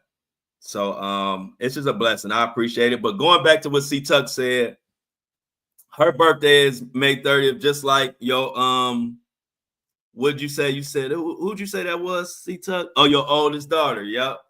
So that's crazy. But I told y'all I've learned that people that you close with and vibe with, if you find out some of their people that's important in their life, what their birthdays are, a lot of times it will line up to your birthday, like your important people in your life. It's crazy. I don't know what it means. I'm not no astrology person or none of that. I just have found too many coincidences with birthdays. So shout out to all the May birthdays out there. All the Geminis. Wow, we close for a reason, ain't we, y'all? Michelle said her son May 23rd too. Yeah, Geminis are no joke. And then when you got two of them, two Geminis, and then you got me, I'm a Pisces. Shit. Two Geminis and a Pisces, that's a movie. Two Geminis and a Pisces is a movie. Because we got our ways. And see, that's why me and Floyd have our funny thing. We both Pisces. So, two Pisces, especially two male Pisces, it could get sticky.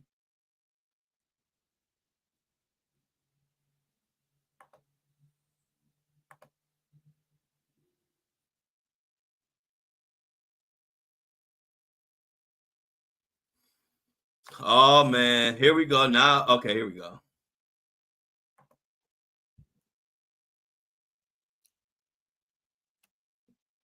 All of my mom's kids have a 2 in our birthdays, except the baby child. That one is ridiculous. See, my son's father is a Pisces. See,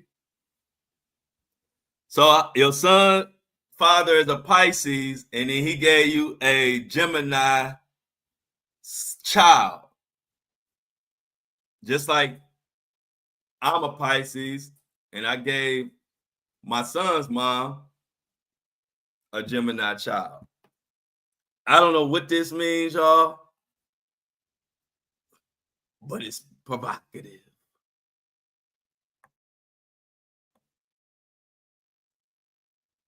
Oh man, this thing. Okay, I don't know what's going on.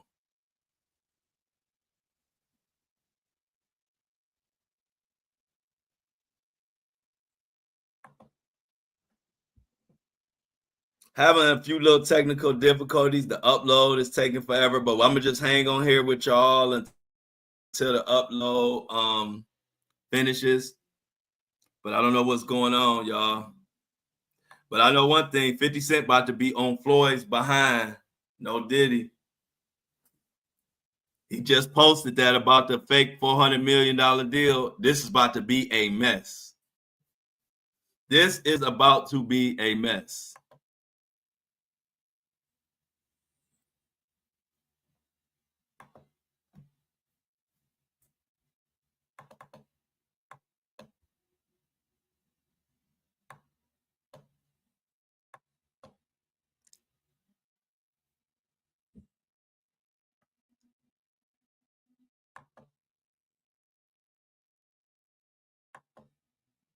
Man, I hate when it start acting like this. Hold on, man.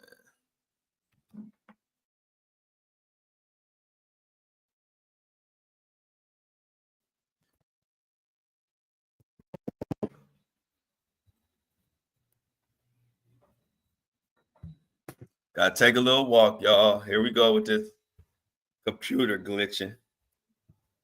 I gotta get that Ethernet cord. I'm gonna be honest with y'all. I'm thinking that Ethernet. I don't think that's gonna work. I think it's something they throttle in the internet. Like it's something they do.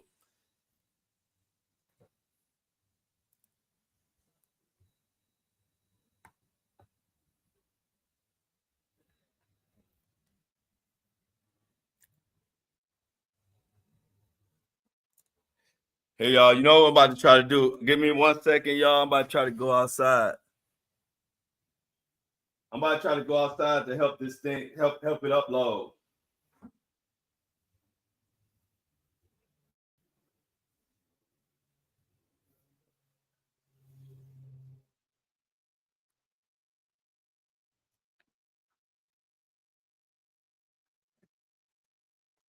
All right, let's see, y'all. Let's see if I can get a little bit better.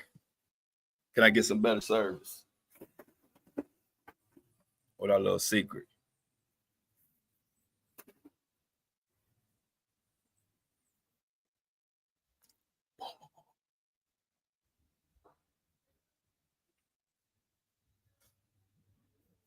You said what, dude?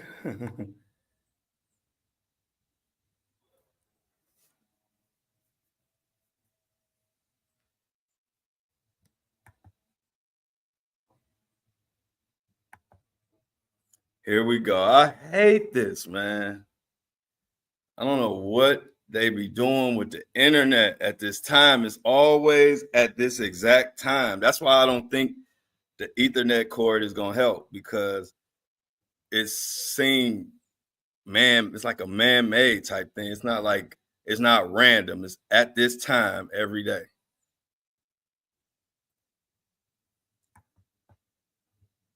And it just will not.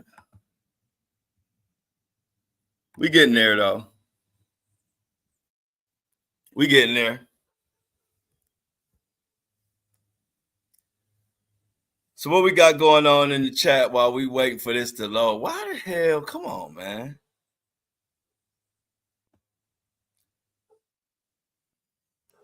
Anyway, y'all, what else we got going on today? Oh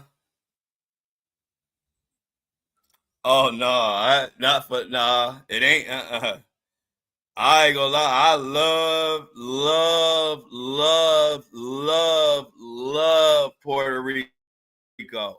I don't give a damn about no internet. I work around Wi-Fi, but it ain't no place that can compare to Miami. I ain't gonna lie.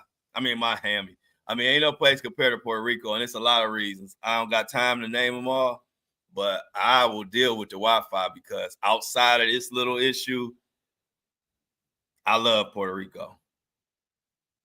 I love it. It's so many reasons. I can't. I would have to do a whole show on it.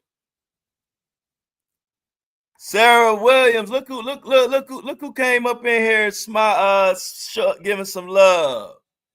What's up, Sarah? Y'all don't got no islands.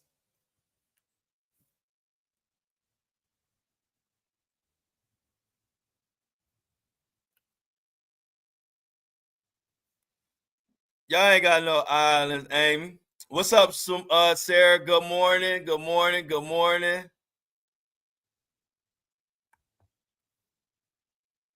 Sarah.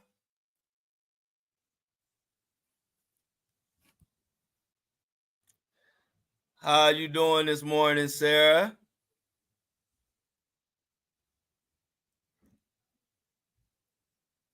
Oh yeah, Old San Juan. Yes. Old San Juan. I love going to Old San Juan. Puerto Rico is the spot. Why is this taking so long? Why? But anyway, yes, Old San Juan. I love to go to Old San Juan, walk around. They got a lot of nice. The scenery is nice.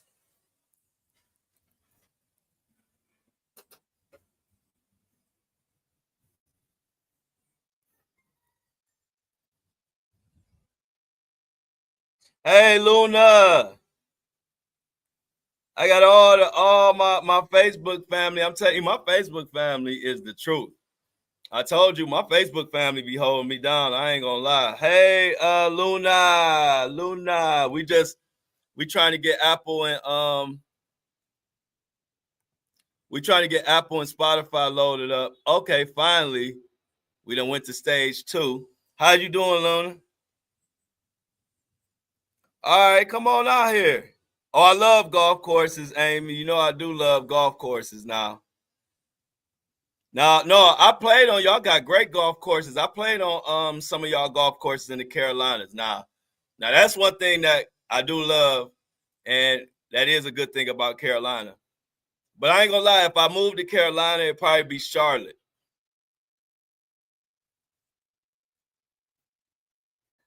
Oh yeah, hey, yeah, come on, Jennifer, you welcome to San Juan.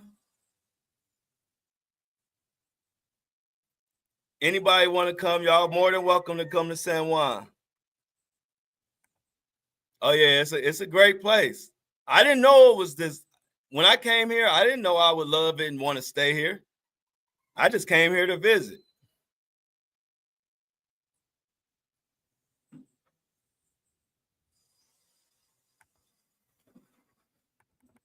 Thank you.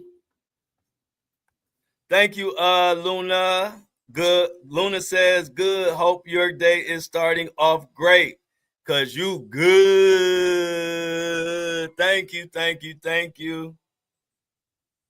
Might as well be New York, huh, Amy?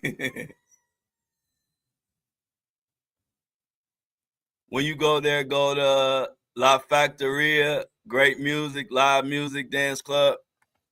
Hey, oh yeah, I definitely check out La Factoria. Last night we went to where the hell did we go last night?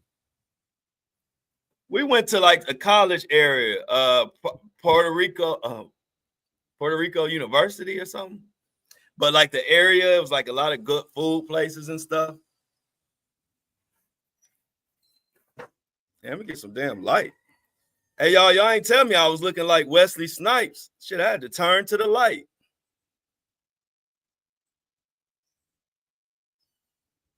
I would definitely do La Factoria. Thanks, Sarah. We went somewhere nice last night. I can't remember.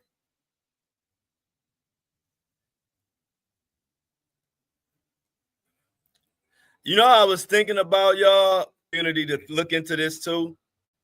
I wanted to plan a trip, like one of those trips where we all do it. Anybody in the community that want to do a Puerto Rico trip, because I got a friend out here that does like all the like excursions and the tours and stuff, and I could put something together with him.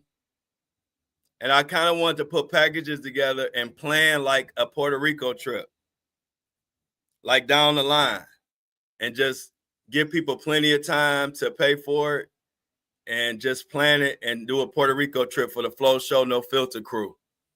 I've been wanting to do that, but now y'all keep talking about Puerto Rico. Y'all making me bring it up now.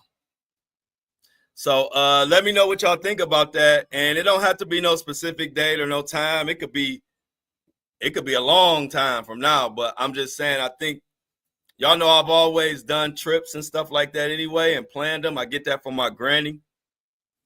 I think a good Puerto Rico trip would be good for the family, for the Folk Show No Filter family. Anybody who welcome and want to come to Puerto Rico, we'll put a package together, which will include all the little whatever, and we'll just spend some time. So y'all let me know what y'all think about that. I've been wanting to do that, or like put it together and plan it. So y'all talk about that and let me know y'all thoughts. Like I said, it could be way down the line. It don't have to be nowhere in the near future, but I think a good Puerto Rico trip would be a good little like excursion for everybody at part of the podcast. So I'm gonna think about that. Y'all let me know y'all thoughts. Yeah, there you go, Amy, like a little family reunion. And I would like to do it once a year. So like say like if we were able to do it in 2025, we do Puerto Rico this year, and then maybe next year we'll go somewhere else. But we'll do like a little podcast, a little family reunion podcast, like once a year. And we get our little family reunion shirts, and everybody be walking around. We be walking around and like, let's say if we was like in Vegas, we be walking around. Everybody had like their Flow Show No Filter shirts with their name on it, like family reunion. My granny used to do that. And y'all know my granny is the one who invented it, and I don't like it. And I do it. I'm a lot like my granny, and she always used to plan trips, and we all have our T-shirts on and stuff, like the family reunion. But I think it'll be a good idea. So y'all let me know. Y'all talk about that amongst yourselves. But I think it would be a good thing for us to do. So we'll see. The Flow Show Travel Club. Yep. And my best friend Darnell is putting together his travel agency as we speak. So we might even be able to use his travel agency to get good deals and to put the whole trip together so we have our itinerary and everything. All right, Jen. So yeah, once a year will be cool, choosing different locations. Yep. So we're gonna work on that, crew. That's another thing aside from the tour. The tour is priority. And then after I get the tour kind of planned out all the way, then we'll plan our first our little family reunion.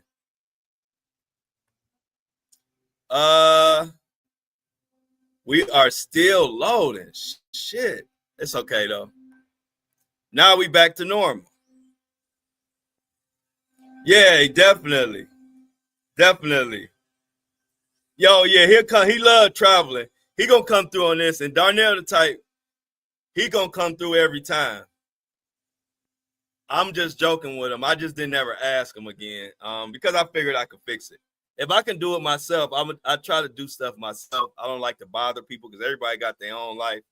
So, but Darnell is very dependable to be quite honest, and so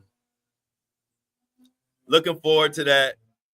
But yeah, y'all. So we done came up with something. We came up with an idea once a year, the Flow Show family reunion. We do once a year. It'll be easier for us to just do Puerto Rico this year, and then next year we do something else or something. But yeah, we'll plan that out.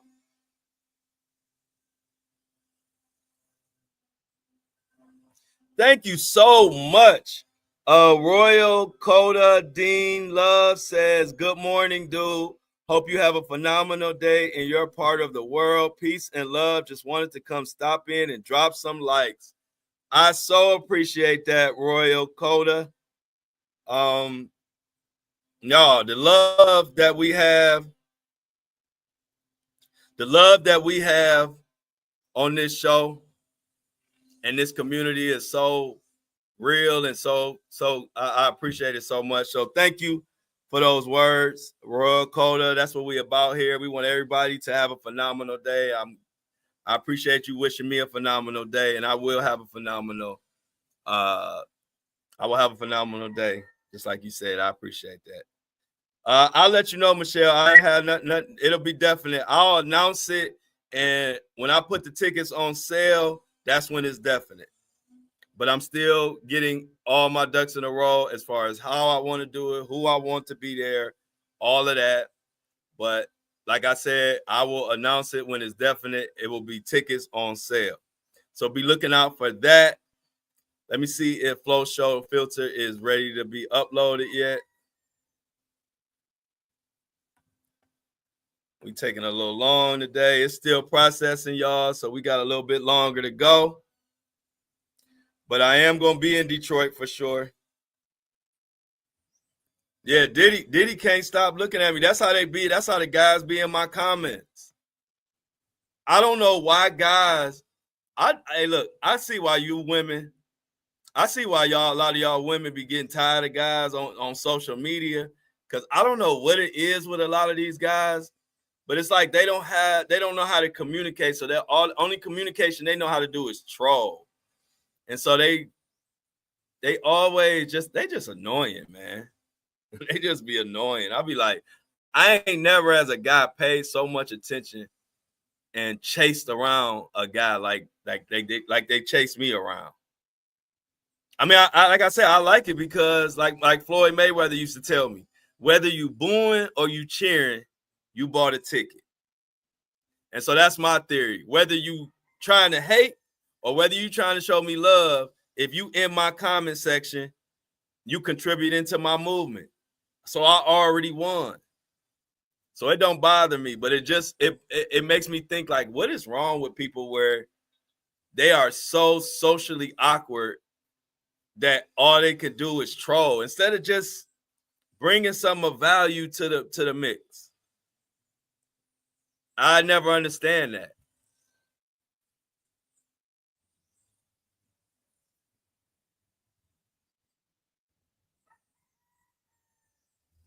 Wait until, man, they better not. Okay, no, it's all good, Michelle. No, I appreciate you, Michelle, but I'm just letting you know that I appreciate you, Michelle. I'm just letting you know that the minute it's locked in, I'm gonna let you know within 2 seconds after it's locked in. That's the point I was trying to make. Like, because I'm gonna want everybody to have enough time to do everything they got to do. So the very second that it's locked in, I'm gonna make sure everybody knows so that we could get on top of it and make it the best situation it could be. So just let me clear that up, Michelle. That's why I was saying when the tickets go on sale, y'all gonna know immediately. Because the minute that it's locked in, the next second after it's locked in, I'm gonna be making an announcement and letting everybody know.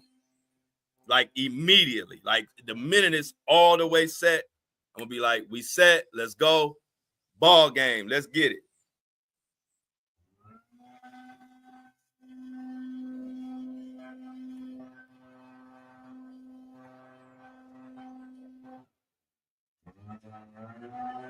Yeah, I like Oregon. You talking about Portland?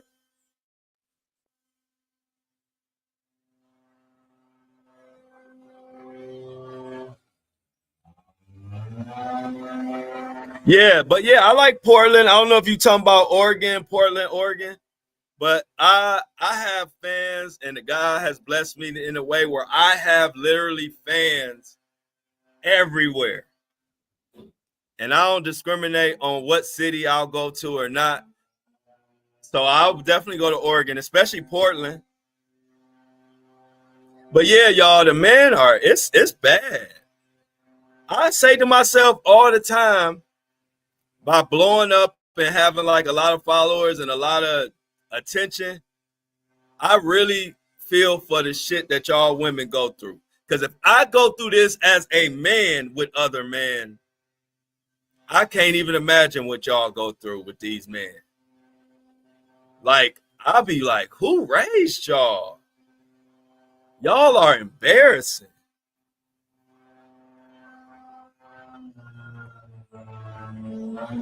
Amy said the men be proud of their thing, but she don't be impressed.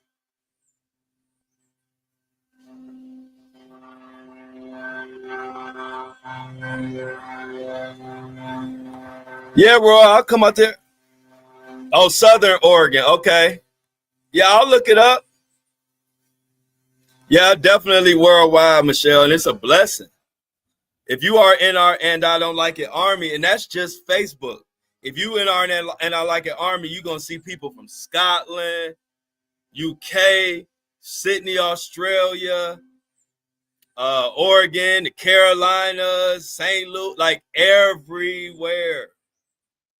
And I appreciate it. It's a blessing. I'm like, damn.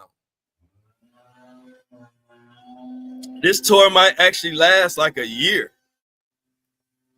I actually might be on tour a year.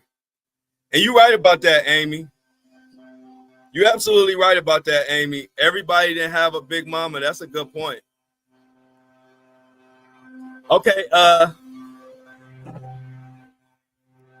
so it has loaded. So now I can give me 1 second, y'all, to get Apple and Spotify loaded up. It's finally processed.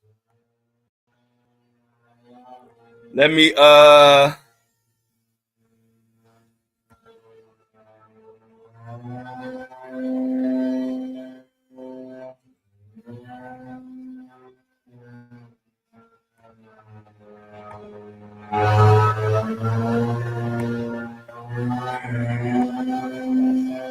right, I'm almost there. Let me get this. I can't wait till we get this loaded.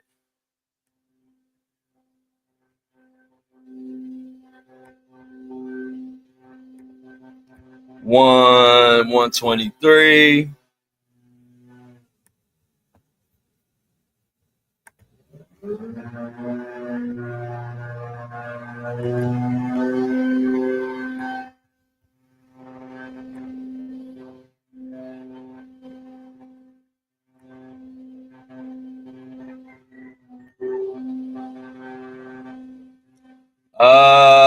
Boom, boom.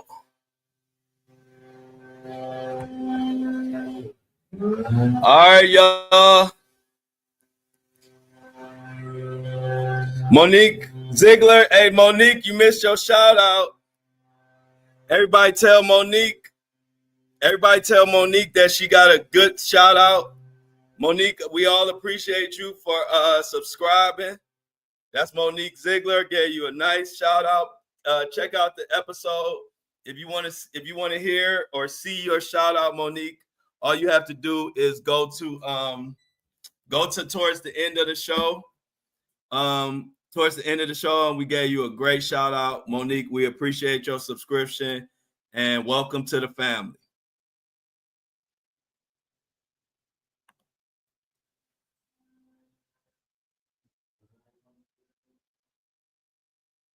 Oh yeah, I'm gonna do Jacksonville. I got people out there too, so we will definitely be in Jacksonville. Thanks, Amy. Amy got my back. She know I don't want to be looking like Diddy's jacket right here. That's how I was looking. But let me get out of here, y'all. We had a very productive show. We got a lot accomplished today. We back in video form. Interviews on the way. Hey, make sure y'all go to Mark Curry's page and tell all your friends we want to shower Mark Curry with love so he know that this is a safe space for him, and I ain't about to come here and try to make him look bad. You know, people are kind of worried about doing interviews sometimes, but that's my boy, and he already said he want to do it, and we've been talking before, so I know it's going down. But I want everybody in the community to go to Mark Curry's Instagram page, leave some comments on his thing. He know who Flo is, and Flo show up. You want to at my page, Flo Daddy Flo. You can say, hey, Flo Daddy Flo sent me over here, or you ain't got to say I sent you. Just go over there and show him some love and tell him we look forward to hearing his story and diving into his book. Much love to everybody. Let me look. It should be just Mark Curry, but let me look real quick. Let me make sure. Let me see what his page is before I get out of here. Yeah, it's literally Mark. It's Mark K. Curry. I'll put it in the chat real quick. It's Mark K. Curry. Mark K. Curry. Yep. Okay, so I'll put it in the thing.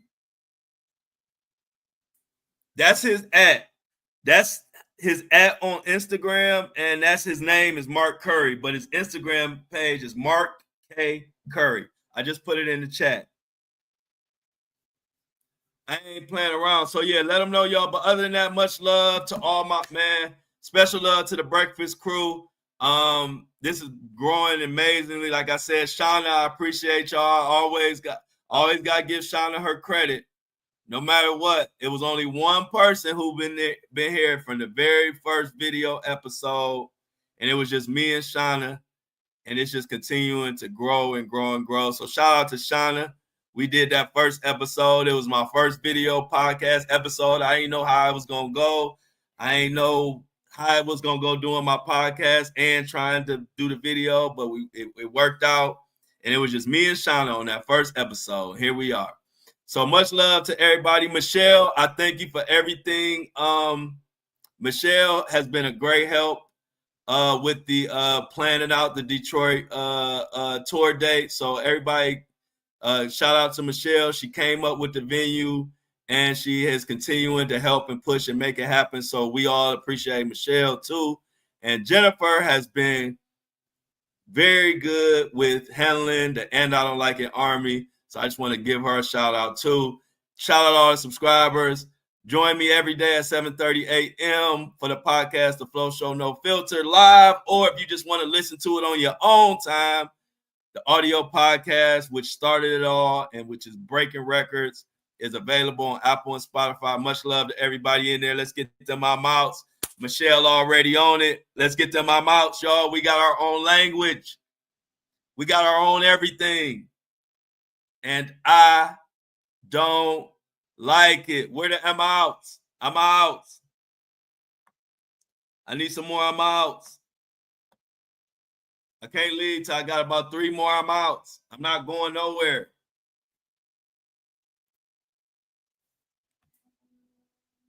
Oh, thank you. I'm glad you said that. And let me shout out Lauren. You know, I give everybody their flowers.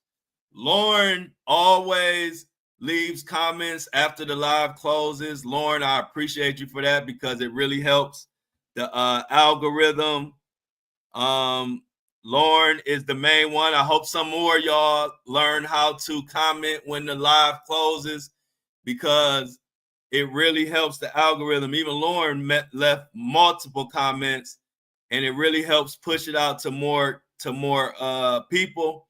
So, Lauren, thank you for always doubling back and making sure you comment. It really helps the algorithm. And I hope more of y'all can do it like Lauren, where when this live closes, come back. And it only takes a couple seconds, but it means the world as far as pushing this content out. So when this live is over, I know Lauren going to do it. She's been holding it down. I've given her flowers. Thank you so much, Lauren. Lauren will leave 7 comments to make up for the rest of y'all who don't even leave none. So please follow Lauren's lead and help the show out. And when this closes, leave some comments in this show, y'all. I love y'all, and I'm out. All right, C-Tub.